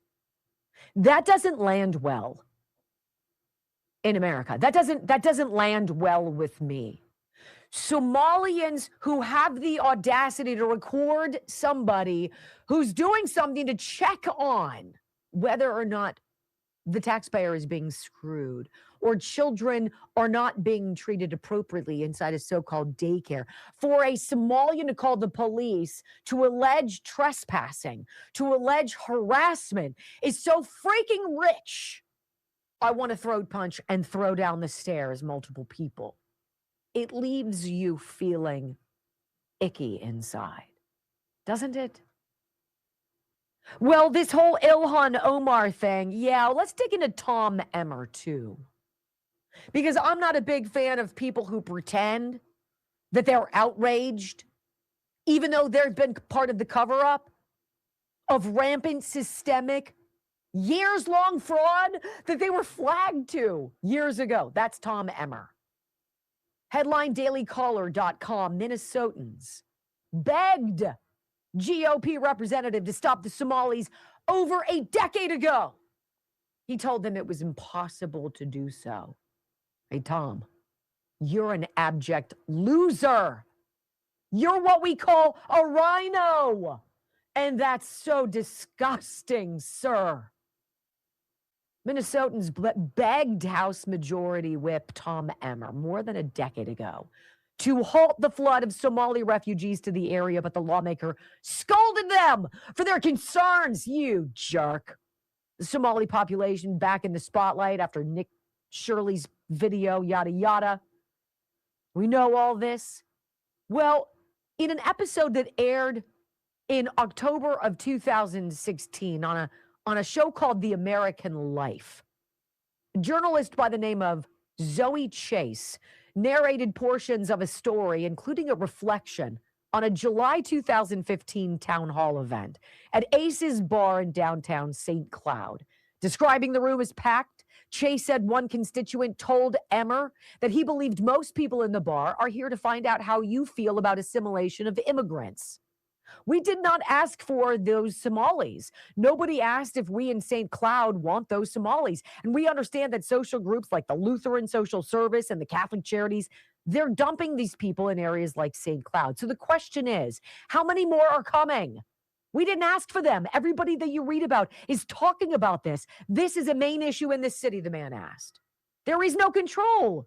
The people have no control over any immigration. The mayor doesn't, right? This is exactly what, this is crazy. When are you going to stop this? Tom Emmer said to them, I'm sorry, but there's nothing that we can do. There's nothing to do. There's no way we can stop this. Why? Why would Tom Emmer 10 years ago tell people in St. Cloud, in Minnesota, that the throngs of people from a third world country, culturally completely contrary to the United States of America, that there's no way to stop the flood of these people coming into their community? It's because Tom Emmer is part of it.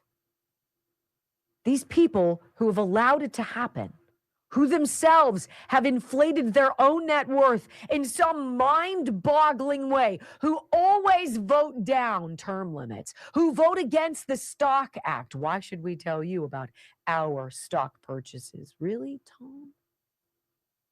All the people in St. Cloud wanted 10 years ago was to know when it was going to stop, and you told them there was no way. How about you answer for that, sir?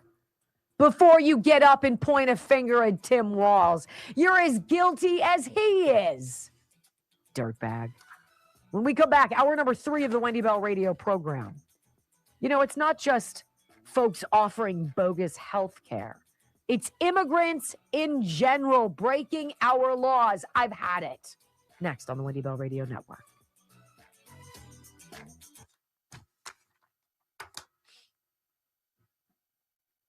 I don't know what it is. Tom Emmers isn't going to be a guest on the show.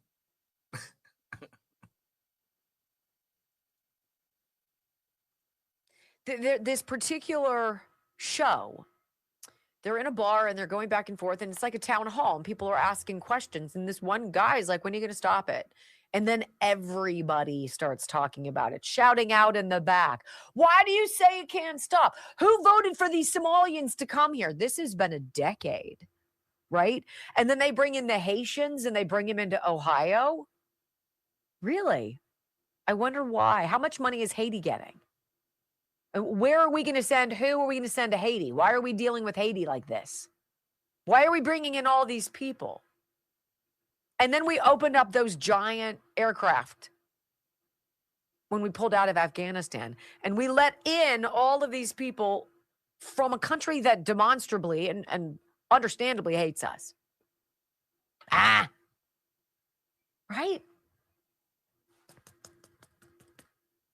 The people that we think are getting rich aren't really the ones getting rich. They're getting little morsels. They're getting some off the top, right? But that's not the real story. I don't think so. I think the Disc Institute of Pittsburgh is a pretty spectacular place, and I can tell you this because I've spoken with people whose lives have changed because they decided to say no to spinal surgery and yes to Dr. Rafferty's intradisc neutrosis. And it takes 8 to 10 weeks. Go, 3-4 times a week, maybe for an hour and a half. And there's no needles, there's no cutting, there's no blood. There is a therapy that allows your discs to grow back and regenerate. Just sort of like if you give somebody part of your liver regenerates. It's amazing what the human body does. Well, your discs do the same thing.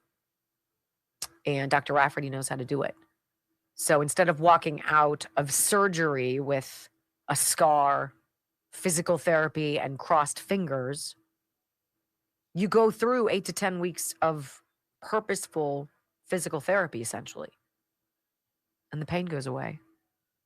Then you can roll over in bed and you can tie your shoes and you can play in the front yard with your grandkids, or you can weed, plant some flowers, do stuff that involve you being mobile. That is the Disc Institute of Pittsburgh. PittsburghDiscInstitute.com. This procedure is 98% successful. So it's like, right? Intradisc neutrosis, 412-906-9600. People from all over the country come for it. I would too. You could never pay me enough to have surgery ever again. Ever. 412-906-9600. PittsburghDiscInstitute.com. I have to pull up what the cost of silver is too. How are we doing there? WendyLovesGold.com. Wow. Okay, down. Prices coming down. See, I'm watching these prices. That's time to buy. That's what I'm saying. Can I have $1,000? I'm going to wait for these prices to come down a little bit. I hope they do, because Joe and I were talking and we're like, you know what? As much as I love gold, I have to be honest with you, silver is a lot more affordable, right? Just look at the prices, $72 an ounce versus $4,300. Just going to put that out there. But you can get a beautiful supply of silver bars, silver bricks, silver coins, silver bells. WendyLovesGold.com. WendyLovesGold.com. If you're new, I am a customer of all of these sponsors. Like, I buy their stuff. I buy my gold and silver from Texas Bullion Exchange. 855-927-5557. The people are fantastic. Pick up the phone and call. Like, I don't want to email you. I don't want to go back and forth with email. I want to talk to you. I want to know what this is all about. Is now a good time? Do you think I should buy in a week? Do you would maybe think I should get past the new year? Is there a time historically when prices dip? Because when Brock got his silver bar for his 49th, or was it Christmas? Birthday. It was your birthday, your 49th birthday. It was worth $350, right? Now it's worth $720. That's a pretty good 1 year growth, 100%. I don't know if silver's going to have a bubble, to be honest with you. I don't know. with all the AI infrastructure, and I don't know. I should not be giving financial advice. So.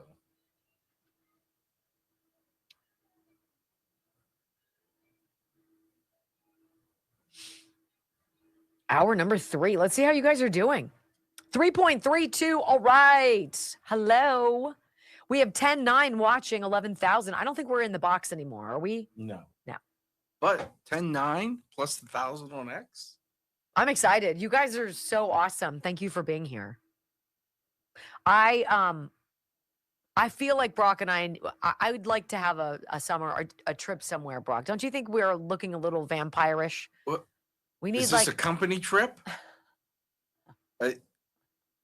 I'm just asking. That changes everything. Where we could go. You want to golf? Let's go golf somewhere. Okay. Let's go golf. I'm in. Let's go. I am in. You all heard it. We'll go visit Toolsy in Tampa and make him take us to nice golf courses. I'm a really good golfer. Where have I heard that? Can I crash on? Well, if company's paying for it, I don't need to. I want a nice hotel room. See, this is why I don't invite you places, because see, once I start, then there's a lot of demands. I can go by myself. It's cool. I think I might have to smoke something this weekend. Oh, really? On the new barbecue. It's cold, but what do you want to smoke? I don't know. The brisket was a hit. The brisket was a hit.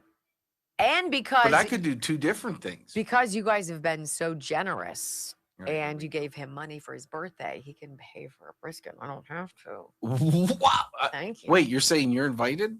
No. 5, 4, 3, 2, 1. Wendy Bell, America's anchor mom, fighting for America 1 hour at a time. Welcome to the family. She once hosted a 3-hour show in just 15 minutes. She once intimidated the Electoral College to audit itself.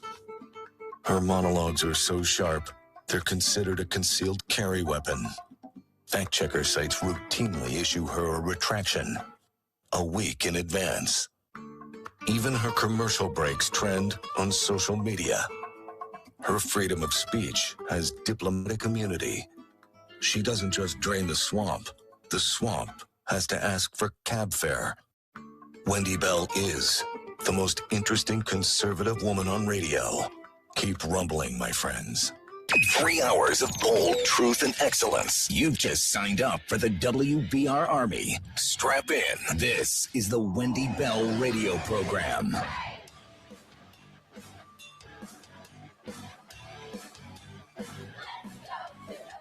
Welcome back. Hour number 3 of the Wendy Bell radio program is live. You know, we start the program the first hour of the show every single day with the same open. It's the same track, the same voice, and it's Clarence Thomas. And it's his North is Still North talk, right? You can be in a thunderstorm. You could be in a hurricane. Or you could be all by yourself. It doesn't matter. North is still north.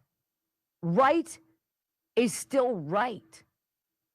It's a fundamental thing in our country, in our whole shared experience, right? There's right and there's wrong. That's it. Now, you can explain a million different ways why you did something wrong because you worried and wanted to do something to make it right. Okay, you could say that. But at face value, north is still north. Let me ask you this.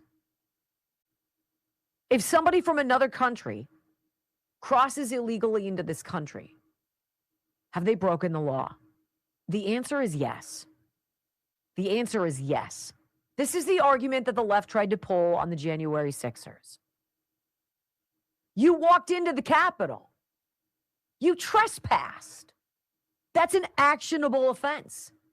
Well, Why did the Capitol police officers move the barricades, open the doors, and invite us inside? Because that feels like entrapment. Doesn't matter. You trespassed. That's an offense. That's what we're talking about. And people got nailed. Some people got years in prison because they wandered through an open door, looked around, took a couple pictures, and wandered out the other way. Years in prison. But we are told that the millions of people who came into this country, even though Joe Biden welcomed them, he did what the Capitol Police did. They opened the gates. They said, come on in. Let us sweeten the pot. Let's make this easy for you. We're going to set you up. Hook up with these NGOs. They're the middlemen. They're the couriers, right? We'll get you a nice place at the Roosevelt. We'll get you free food. We'll get you a laptop. We'll get you some free legal help. And if you're sick, don't worry about it. We got your health bills. This is fine. Don't worry about that. They broke the law. I don't care what they were promised. I don't care who was in on it. At face value, North is still North. They broke the law. So when DHS, Department of Homeland Security, ICE agents, went into Minneapolis in September because they'd known about this fraud for a while, yes, and they started knocking on doors.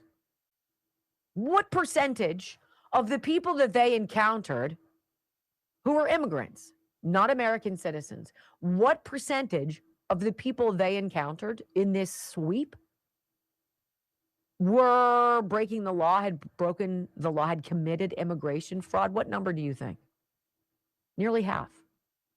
Like at face value right there, nearly half. Before we get to anything that you've done, whether you've broken the law beyond, you broke the law to come into this country. That is a bounceable offense. That is a deportable offense. You can't sit here and clutch pearls and tell me I'm a bad person because I call it out. It is what it is. Now, what do you do with all the people who broke the law and then continue to break the law by terrorizing the American people? It's got to be more of a punishment than deportation. I want you to hear this story. Nearly half of all the immigrants in the Minneapolis-St. Paul Twin Cities were found to have committed some form of immigration fraud during a recent sweep by authorities with the Department of Homeland Security, officials revealed Tuesday.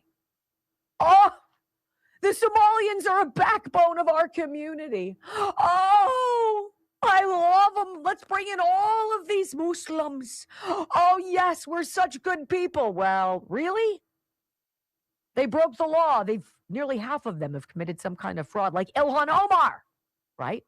Officers encountered blatant marriage fraud, visa overstay, people claiming to work as businesses that can't be found. They found forged documents, abuse of the H-1B visa system. Get out. Really? Abuse of the F-1 visa and many other discrepancies. U.S. Citizenship and Immigration Services Director Joseph Edlow told reporters on Tuesday.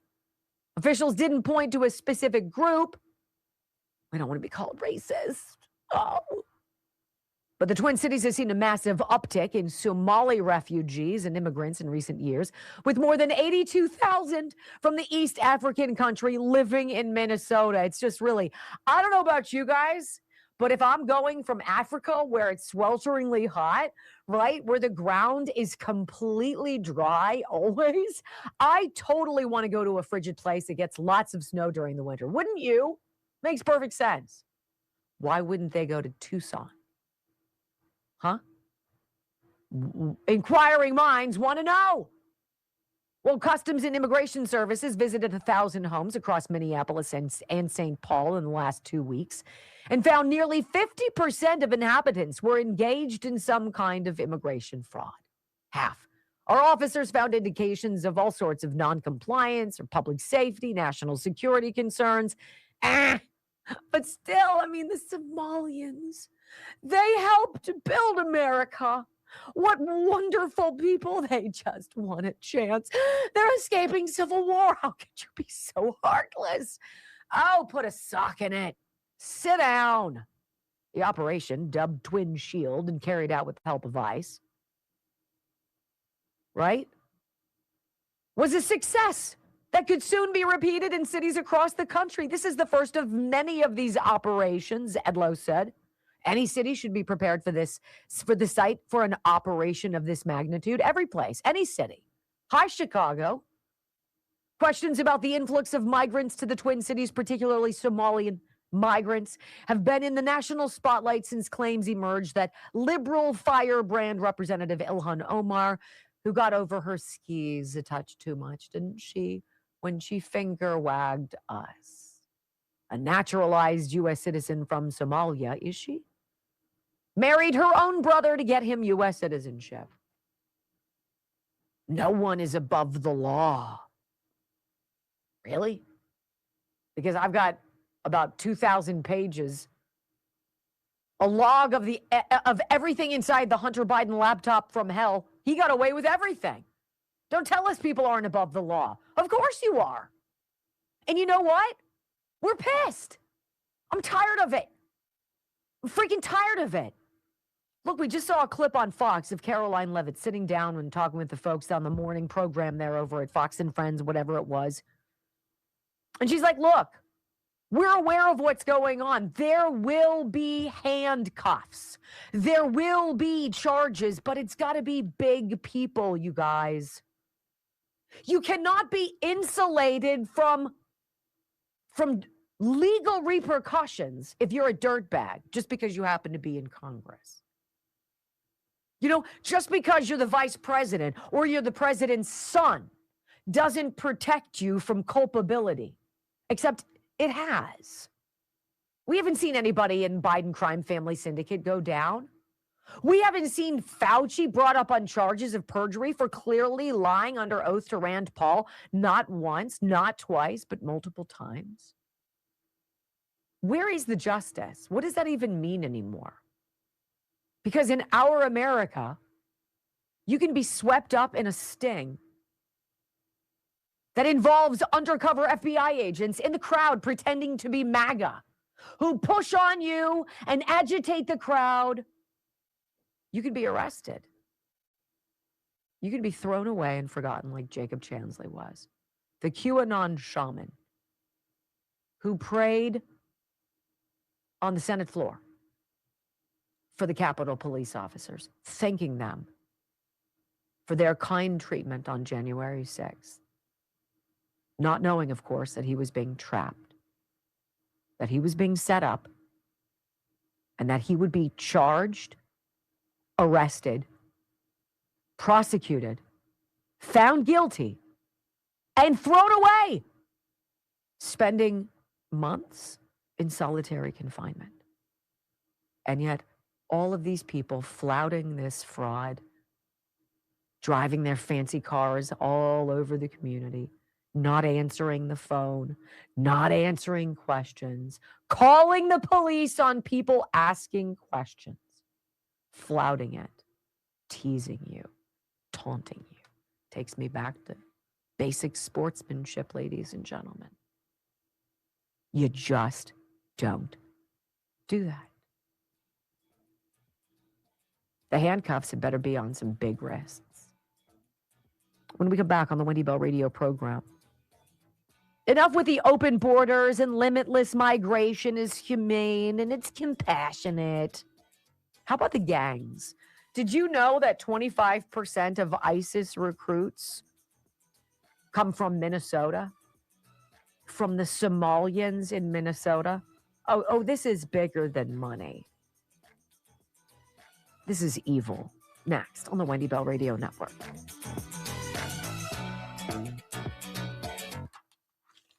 Are we talking a weekend excursion? Wow.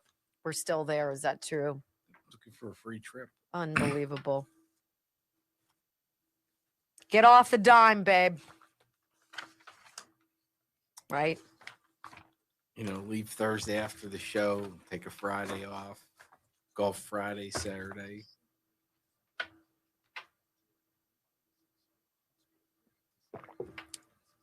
Okay. That's what we're going to do. 10-3. I'm so glad you guys are here. 3.48. 23 thumbs downs. Thank you. How you doing? Only 3.48.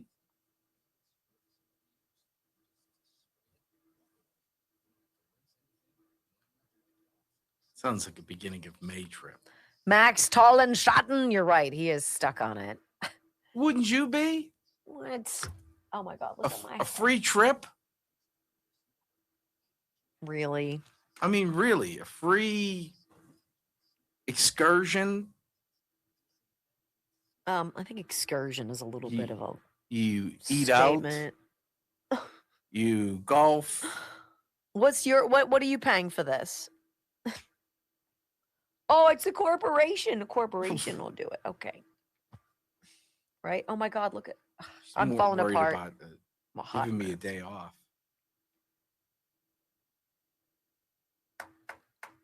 We'll go a bourbon trip. No, I'll give you a day off. You go do your day off. I'll stay here and hold down the fort. Oh, I think I could be badass behind that. Why was that me being? I'm not asking taking one for the team. I'm not. How is that taking one for the Do you team? think you could be a badass doing this? Yeah. I don't disagree. Duh. Let's see what else we're supposed to talk about. Yes, it's a team building exercise. Oh gosh. That's someone else said that, not me. Just saying. So what we need to get on Rumble because they still haven't given me that Smile toothpaste, the peptide toothpaste. I'm supposed to talk about it tomorrow. And I want it. 353. You know how Come on, guys, let's get to 4K. Make it 3 days in a row. That'd be fantastic. How are you guys? What's going on out there? Well, who have I forgotten, Brock? I don't know. I've been going to the bathroom. I've been holding it. I got to go. Did you talk about Ireland? Yes.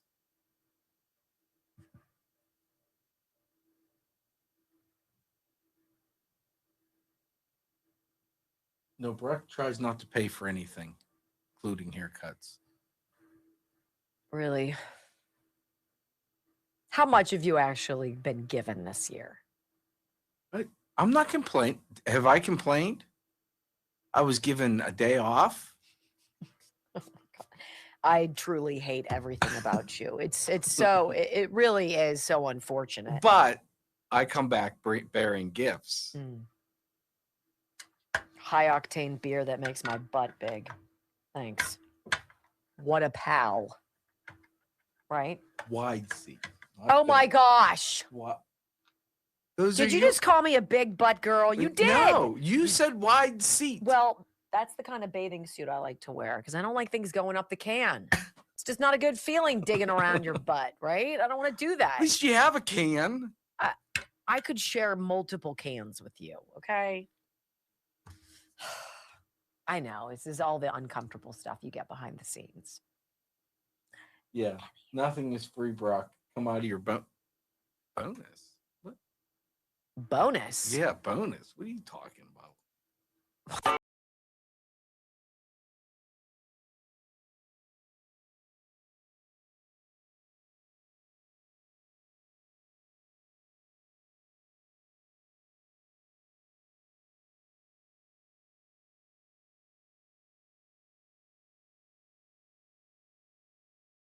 Enjoyed about Rob Finnerty that we played at the beginning of the broadcast in hour number 1 at the end of the first half hour. He was just going over how totally ridiculous. Like, we've got to get to this completely ridiculous level of nutty for enough people who have been, I don't know, hypnotized to snap out of the trance. For somebody to be like, and you're back. When I snap my fingers in 3, 2, right? Because I look around at these people, the people who posted the video of them saying to the illegals and the Somalians, we love you. Hang in there, be strong. I'm so sorry. Our federal government is so cruel. We love you. These are the same idiots who gathered on Crowds on Demand, right? Kilmar Abrego Garcia has been called back to the United States from El Salvador because bleeding heart liberals want him to have his due process. You know what I want? I want him to leave. He's an illegal alien. He broke the law to come into this country, and he did it 14 freaking years ago. Full stop. That's north is still north. Whatever you did ancillary to that is tragic. But full stop, before you even get going, you broke the law. We have rules in this country. And for the ultimate rules followers, the left, you know, the people who still walk around with KN95 masks, a holster of hand sanitizer and gloves on, surgical gloves, because they're so worried. They follow the rules. Don't drive over the speed limit, right? These rules following nimrods are the one who wants you to just blink and be like, look, I mean, I know they broke the law to come into this country, but I mean, imagine what they've been. Imagine what they've seen. Oh, we've got to do the right thing. Oh, sit down. Somebody needs to slap these people. Maybe that snaps you out of your hibernation, out of your, I don't know, trance. Wake up. Wake up. If you don't see it, how do you not see it? Well, I got to tell you about the gangs. You know, I love gangs. Gangs are great. Love gangs. Make me feel so safe. Marauding goons with weapons. Oh, look, Tim Walz opened Minnesota's door to Somali immigrants as gangs became more prevalent. Let's read about this. Walz has supported driver's licenses, tuition-free college programs, free health care, all not for Minnesota, suckers, but for immigrants. Duh, for illegals. Critics of Minnesota Governor Tim Walz, who was recently named vice president. This is an article that dates us back to August, who was recently named Vice President Harris's running mate. This is how long we've known about these Somalians. Months, years. It's no surprise. Critics of Walz are highlighting his liberal stance on immigration in spite of Somali gang issues that have plagued the Twin Cities over the last 2 decades. What? Somali gangs began growing in Minneapolis in the late 1990s? You don't say. And early 2000s as refugees escaped a civil war in their home country. Bring them here, please. That was probably the battle cry, but the real reason was, I got a money scheme. Minnesota has always been a welcoming place for new immigrants, and we have no problem with that. But back in 2008 through 2012, to the beginning of Walz's administration, the refugee population continued to grow and grow and grow. A retired Hennepin County sheriff by the name of Rich Stanek, a 38-year law enforcement professional and Minneapolis native, told Fox, and it went unchecked. Stanek, who retired in 2019, testified about Somali gangs before Congress in 2012, saying they are unique compared to traditional American gangs because they don't deal in narcotics as much as other organized criminal groups. The most successful gang prosecutions require a narcotics nexus. Somali gang criminal activities aren't based on a certain geographical area or turf, he said at the time. The gang members will also often congregate in certain areas but commit their criminal acts elsewhere. Criminal acts are often done in wide geographic areas that stretch outside the Twin City, 7-county metro area, and their mobility has made them difficult to track. Really? What are the crimes they're accused of, these Somali gangs? Credit card skimming, witness tampering and intimidation, store burglaries, and what Stanek described as a terrorism nexus to gang activity. And you know what they were doing? They were recruiting people, part of the Somali Hot Boys, B-O-Y-Z, and going back to Somalia to train with Al-Shabaab. Minnesota accounts for 25% of all ISIS recruits in the country, according to Minnesota nonprofit American Experiment. Wait a minute. ISIS hates America. They want to kill us. So we have Congress saying, let's bring in all of these Somalians. And 25% of ISIS comes from Minnesota. What? Sounds so weird. How's that possible? When we come back on the Wendy Bell radio program, my friends, it's not all Somalia all the time. Some people will not be saved, and Tiffany Cross is one of them. Canned on MSNBC, resurrected by CNN, dismantled by Scott Jennings. Oh, yeah, next on the Wendy Bell Radio Network. Somalian gangs, which we've known about for years, and yet nobody does anything about it. Are you going to run? I am.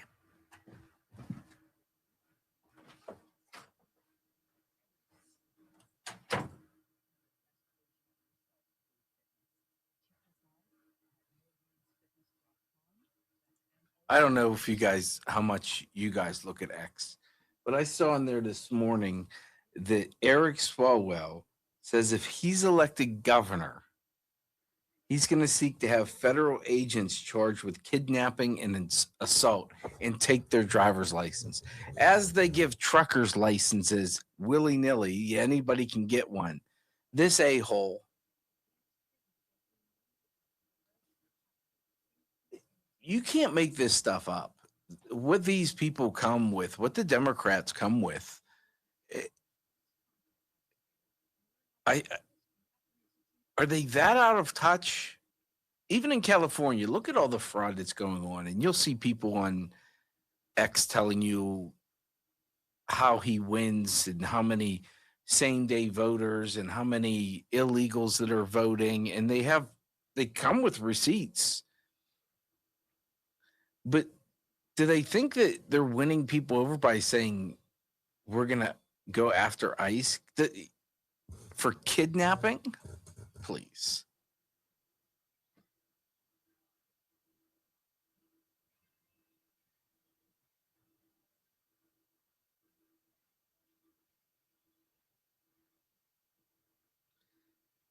I think one of the things they need to start doing, and I'm sure most of you agree with me, is stop it with the NGOs. NGOs should get no money. Let's take it back to what charity actually is. Let the charities fundraise themselves. Watch this. So if you think Wendy should take a business vacation, we should get a business vacation 1, if not 2. Seriously.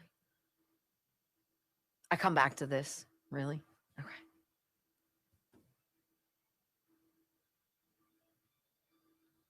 Abrego got a free trip and brought back. Yeah, he's due process for people who break our laws. Why do they get covered by our protections when they trample our laws? Riddle me that. Right? And you have to be like, it's got to be deportation for everybody. Well, so-and-so down the street, they're a really good person. They just never went through, blah, blah. That's not my fault. Some of these people, again, it's not my fault that you broke the law and you decided not to become naturalized. Is it a pain in the ass to do? Apparently. It apparently takes years and it takes money and you have to study and it takes time and you have to pass tests and you need a sponsor and you need all this stuff. I believe you do. Right? That if anybody can get it, where's the value? Right? If you can break the law to come here, why should you deserve the protections of it? Suck it. Take a seat. And all of these due process pearl clutching babes, you sound so dumb. I pity you. You sound so dumb because none of this is going to age well for you. Similar to Tim Walz, all of these videos coming out about him bragging about, we're going to do this. Worthington, Minnesota, with population of just over 10,000 people. Here's Tim Walz bragging about mass immigration overwhelming the town. The beautiful diversity we see out in Worthington when I'm there. You see 50 languages spoken in the school. Newsflash, how about English? Right? We don't assimilate to you. If you're Somalian, if you're Bangladeshi, I don't care. If you don't speak English, why would you come to my country? I don't want you here. I don't want to pay for you. 89% of Somalians are on welfare. You're not the backbone of our country. You're the backbreaker of the country. There's a difference. I hate everyone right now. I'm sorry. Just part of my MO. right? I can't even handle looking at him. Who? Tim Walz? Mm-hmm. I guessed.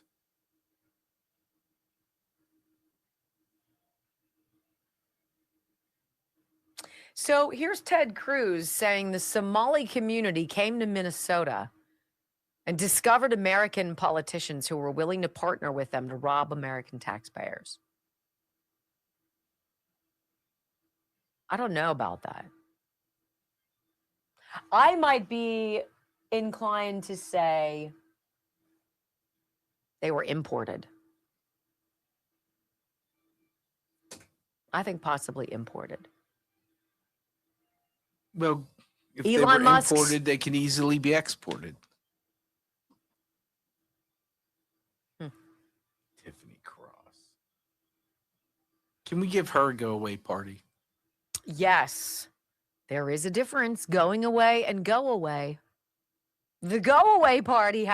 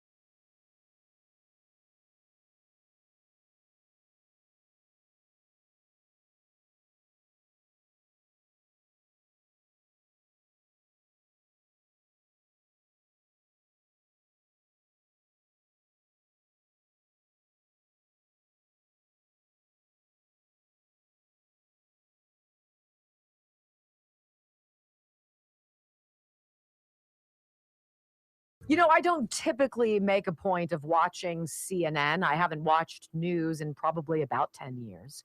I really don't think you ever gain much from it. You do get indoctrinated by it, and that makes me angry. I want to be able to decide what I think. And so what the news was supposed to be, at least when I signed up for it back in the 90s, when I was a student going to college and graduate school, getting my first job in reporting, et cetera, right? Present the facts, give people information, and let them do with it what they wish. Not let's give you information because we want to manipulate you so that we can convince you to do something that benefits us down the road. Or let me give you information that's going to hide from you the truth because I don't want you to know how dirty and dark and corrupt people I vote for are. No. Give us the facts. Show us how we can double check you. Let us decide. It's very basic. Well, last night was night number 2 of livid CNN leftists waging attacks, not on the people stealing billions of dollars from taxpayers in Minnesota, but on Nick Shirley and Donald Trump, right? Abby Phillip uncritically pushes the Minnesota governor's statements claiming no fraud at these facilities as, of course, evidence that Nick Shirley is somehow wrong. And then Tiffany Cross, the zero box checker, race baiting wacko, is invited from, the ash heap of irrelevance onto this set with Abby Phillip and Scott Phillip and Scott Jennings and others to just sound like an abject loser. She's reporting on stupid stuff and says things about Abrego Garcia, the Maryland man, of course, the gangbanging MS-13, wife-beating human trafficking guy, that guy, that everybody wants to come back to the the left does. His due process was violated. Guys, he broke the law 14 years ago. He was ordered deported. He chose not to deport. He chose not to pay attention to that. He went like that to the law. He did the same thing that the illegals from Mexico did when they put their fingers up at the cameras coming outside of the prison in New York after beating the tar out of 2 police officers. Oh, yeah?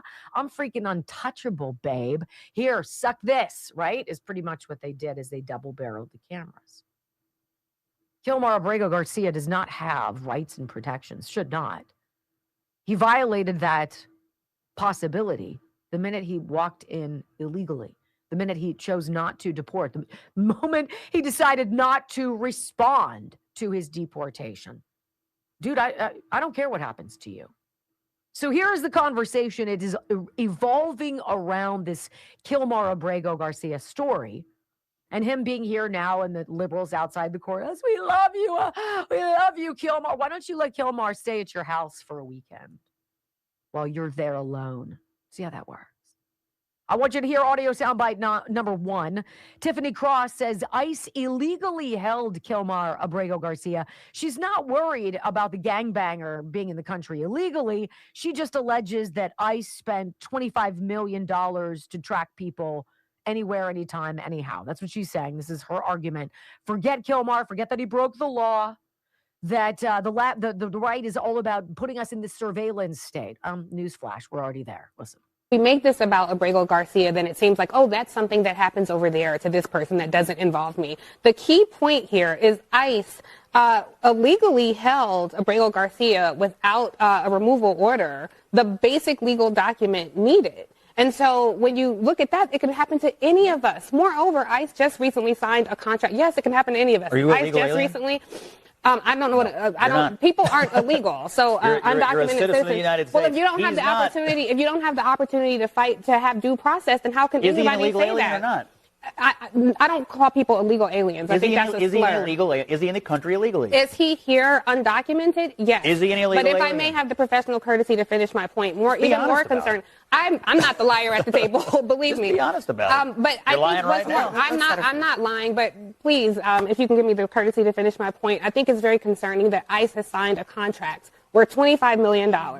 Well, for a smorgasbord of all types of activities where they can follow your social media, do cell phone tracking, all if you just disagree with their policy. So this includes people who oppose what they're doing, people who post on social media about them. That is a concerning point. I don't know what there is to debate about that. That is red flag, everybody. This is a government agency run amok that disappears people and does things illegally. What do you think happened to the January 6ers, you twit? They geolocated them using their cell phone data. They had Bank of freaking America, if I'm not mistaken, give over credit card information to the feds. These people were locked in their hotels. Do you remember that? I do. They were lied about. They got garbage trials. Tiff. They were wrongly convicted and thrown away. And you were okay with that. But you want us to cry crocodile tears that ICE wants to spend 25 million, billion, whatever it is, to surveil people, to figure out who people are, to bounce them? Look, cry me a river. Audio soundbite number 2, Scott's jumping in here. He's like, look, forget Kilmar. Forget what he's done when he's been here. Forget that he's a human smuggler. Forget that he's caught on film on a police officer body cam, right? Transporting 7 or 8 dudes across the country. Forget what he's done. Forget that he beat his wife. Forget that he's a member of MS-13. Forget all of that. Yes or no? He broke the law when he broke into this country. Tiffany can't admit that. Listen. Obviously, they don't disappear people. This is the most undeportable illegal alien in the history of illegal aliens. Ellie, is he in the country illegally? Yes, he is. Okay, number one. Number two, does he have an existing deportation order? Well, he did not. They got caught without one. Right. They tried to. He got one. They said he couldn't go to El Salvador. So let's admit a few things. There's a withholding order preventing him. Let's admit a few things. They shouldn't have sent him to El Salvador. For you after, but they should have sent him to El Salvador. Okay, admit it. They should not have sent him to El Salvador. I don't care about. All I really care about, this guy's been living illegally in the United States for 13, 14, 15 years. And take everything else out of it. How is it that our government, our bureaucracy, our justice system, our sovereign nation cannot get rid of a single deportable illegal alien for 15 years? It's crazy. I agree. 15 years. There are no consequences. If there are rules that don't get enforced, then what do you have? Oh, everybody and his brother who comes across the border and expects to have due process. Why should you have rights guaranteed to the citizens of this country when you violate the very law to get in here, trample it, and then laugh in our face? I'm sorry. I'm sorry, not sorry. Now, this is where the panel blames the Trump administration for screwing up his case. Look, I don't care who's at fault. Fix it. But Democrats in Congress fight more for a criminal illegal, right, than they do the American people. That's the point. I don't think that's really about the law. I think that's really about the incompetence of the process that went forward. That's not a good reflection on this Trump administration because exactly. two things. They're the ones who screwed up. They could have sent in the beginning. They could have sent him to any country on the globe. And are they trying to now? Aside from El Salvador, where are they They're trying to send him now? But they created this morass. And Garcia is saying he can't. His lawyers say whatever country they say he should go to, they then say, "Oh, that we can't do that either. We can't do that either." And then you have U.S. senators who are fighting harder for an illegal alien than they would ever fight for they're not fighting for him, Scott. They're fighting First ban of Holland. Go ahead, Allie. It's a hood ornament for the Maryland Democratic Party. Again, this is one of my rubs with Congress. Who did we have? We had Louis Gohmert, we had Matt Gaetz, and we had Marjorie Taylor Greene. 3 out of 485 members of the House of Representatives. 3 who went over to the gulag, the DC gulag, and demanded to get inside, who demanded to see the treatment of the January 6ers, who they heard were being tortured. 3. Where's the rest? They don't fight for you. They don't care about you. They will fight for some goon MS-13 gangbanging, wife-beating thug before they worry about you and your children. That's the disgusting point. This is where legal expert Ellie Honig rails, and rightly so, on the DOJ, as political commentator Maria Cardona drops the lie that Garcia's MS-13 tattoos were actually a figment of our imagination. Listen. Here's another problem I have with what DOJ is doing here. They're all talk, but they're not backing it up. So you hear DOJ talk, you hear Pam Bondi call a press conference and say, he's a gangster, MS-13. Is he charged with RICO, Scott? No, he's not. They say guns and drugs. Is he charged with guns or drugs federally? No, he is not. He's charged with driving an illegal alien across a state line. A real crime, but DOJ needs to knock it off with these accusations right in these checks that they cannot cash. It undermines their credibility. Didn't other countries, didn't El Salvador say, yes, he was a member of MS-13? Didn't they have that intelligence from his home country? This is the point that his legal team has been unable to prove in court over and over and over again. You know the proof that they offered? That he wore a hoodie. That he wore a Chicago Bulls T-shirt. He does have the MS-13 pads. I think that was AI. No, but, okay. It wasn't. They're definitely on there. They have not. Come on, don't They have not. Don't. He's done. Don't lie. Stop lying. Tiffany Cross, you're a liar. Maria Cardona, whatever your face is, you're a liar. You're a liberal, college-educated chick. You're lying. Stop it. Do you know how dumb you sound? And finally, Scott gets a liberal on the panel to admit Kilmar is an illegal. Well, why do we care about his due process? And when the argument seems lost, Tiffany Cross pulls out her race card. They have not been able to prove this, Scott, which is why DOJ has been caught with their pants down. Is he an illegal alien? The point is he in the country illegally? Yes, okay. And so he could have been removed if this Department of Justice had reached due process. But you know what the problem with this Department of Justice is, Scott? They are so focused on this particular undocumented alien that they did not care about his due process. And this is what Americans do care about. And by the way, to Tiffany's point, U.S. citizens have been detained. U.S. citizens have been grabbed from the street. Yes, they have. You need to admit that. A U.S. citizen. It doesn't matter. He's in the country illegally it doesn't for 15 matter. years. The problem that this Department of Justice has is that they are rolling over due process rights of people. How long should he be allowed to stay here? Who How many also more is years? not here legally. 20% of people years? who are not here legally are also white people. You do not see this kind of aggressive tactics disappearing white people, and I don't see you being as concerned about that, Scott. We've officially scraped the bottom of the barrel. Why is there even a cause to communicate with these people anymore? There is no ending. like Kilmar Abrego's time to stay in America? When is enough enough? When does it end? When do you finally follow the law? When do liberals wake up? I'm not banking on it. When we come back on the Wendy Bell radio program, it is the political ad of the year. It's a parody ad for Tim Walz. It is worth everything. Better stick around for it next on the Wendy Bell Radio Network. I've got to restart this. The camera is all funky because I have to. Do you realize what happens to me when I do this? I sing to you guys and the camera goes haywire and it stops paying attention to me and it goes off on its own. Now, I don't do anything. There aren't any like hand motions or anything. I'm not being aggressive. I just lean in and I love on you guys.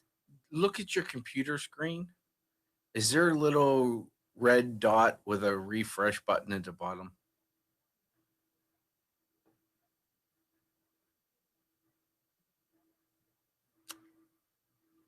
It'd be at the very bottom, like where you see what tabs are open. Yeah, there's one. Okay, we need to do that after the show. Yeah, it's got a red dot. What? Hack Music PRN. $10. Thank you. Have been connected since the kitchen. Aw. Happy New Year, Wendy and Brock. Thank you. That is so nice. Thank you, thank you, thank you. We're loaded now. We got some paying for the trip. Oh, jeez. See. God. Let's see. All right. So now that I've reloaded, let's see if I can freeze it back on its spot. Come on. There we go. Let's see. Nope.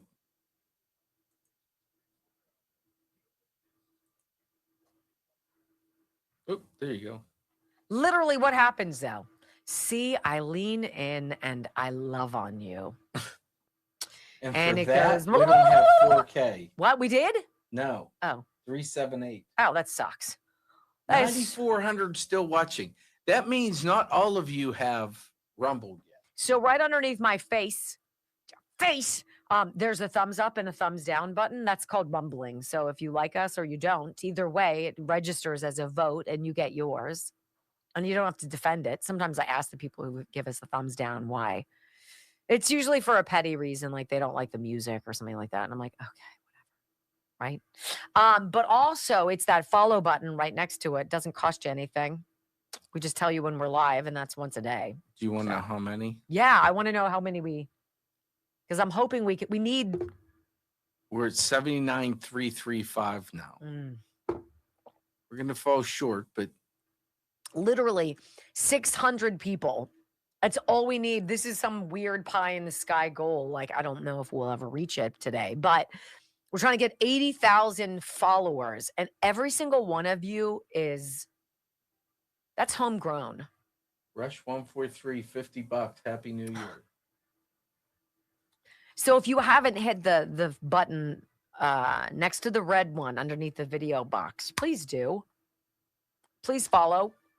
That helps us out so much. I love seeing that number grow. We've gone from 0 to almost 80,000 rather. That's giant. I mean, Michael was telling me that yesterday we gained 4,000 followers on Instagram. That's crazy. Like went to bed at like 128 and woke up with 132.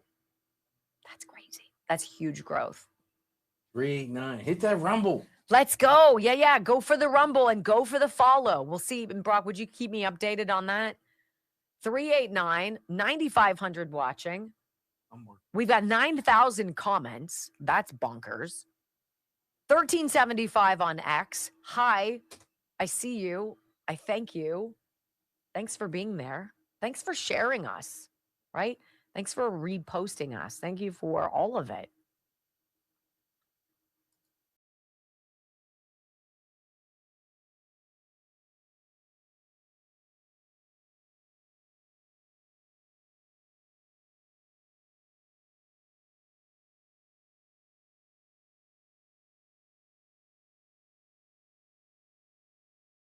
The Wendy Bell radio program. You know, I'm getting to that point, and I noticed it when I started getting some of the Christmas cards. You know, isn't the Christmas card thing a very telling tale for you about where you are, who's in your circles? Because you constantly move in and out of circles, right? When your kids are little, you're much more active with their friends' parents, right? So the kids can all be together, and you go through that. When you get out of elementary school or you know, junior high, and you go to high school, the circle changes. When the kids go to college, the circle changes. And then all of a sudden you realize that you've carved a lot of people out of these lists of yours. And that's okay. It's not a problem. We're constantly adding and thinning our herd of connections among us, right?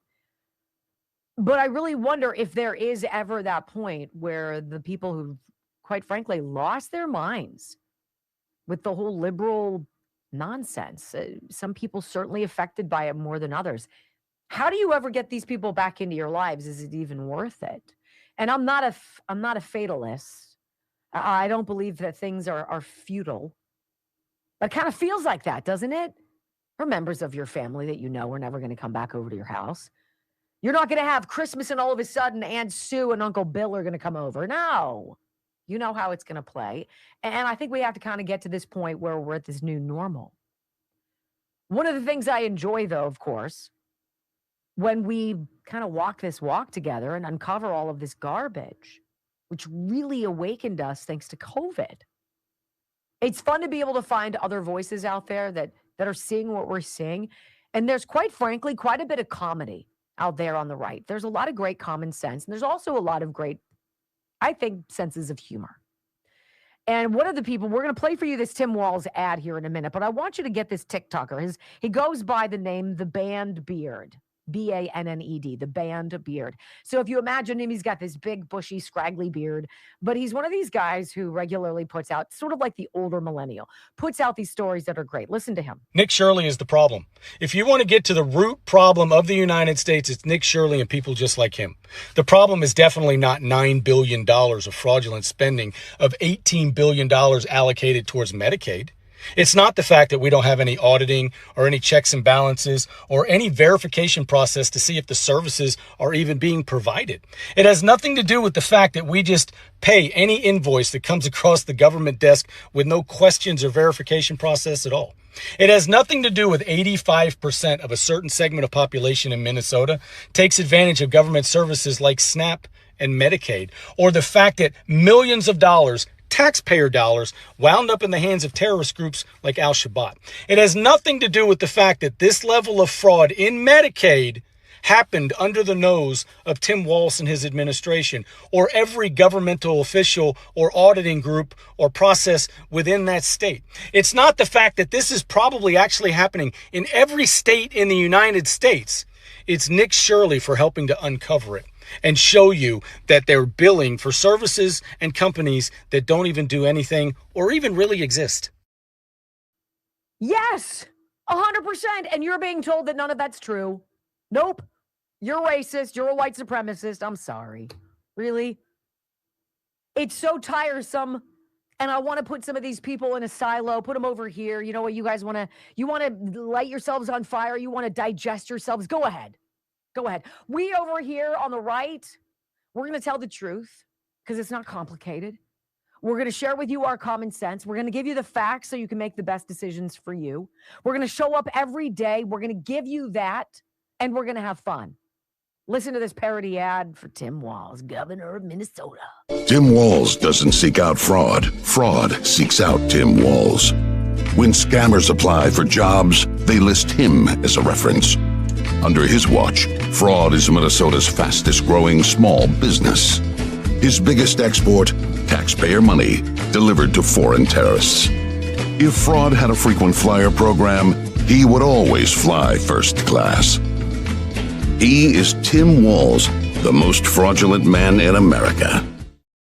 Absolutely love it. Now, they don't have the skill of our Kelly Pigeon, our voice guy extraordinaire who makes all of our opens, but it's a good try. So delighted you're here. Hey, we are here tomorrow. New Year's Day. Start the new year with the Wendy Bell radio program. And thank you for being a part of our family. in 2025. With much love and gratitude. Peace.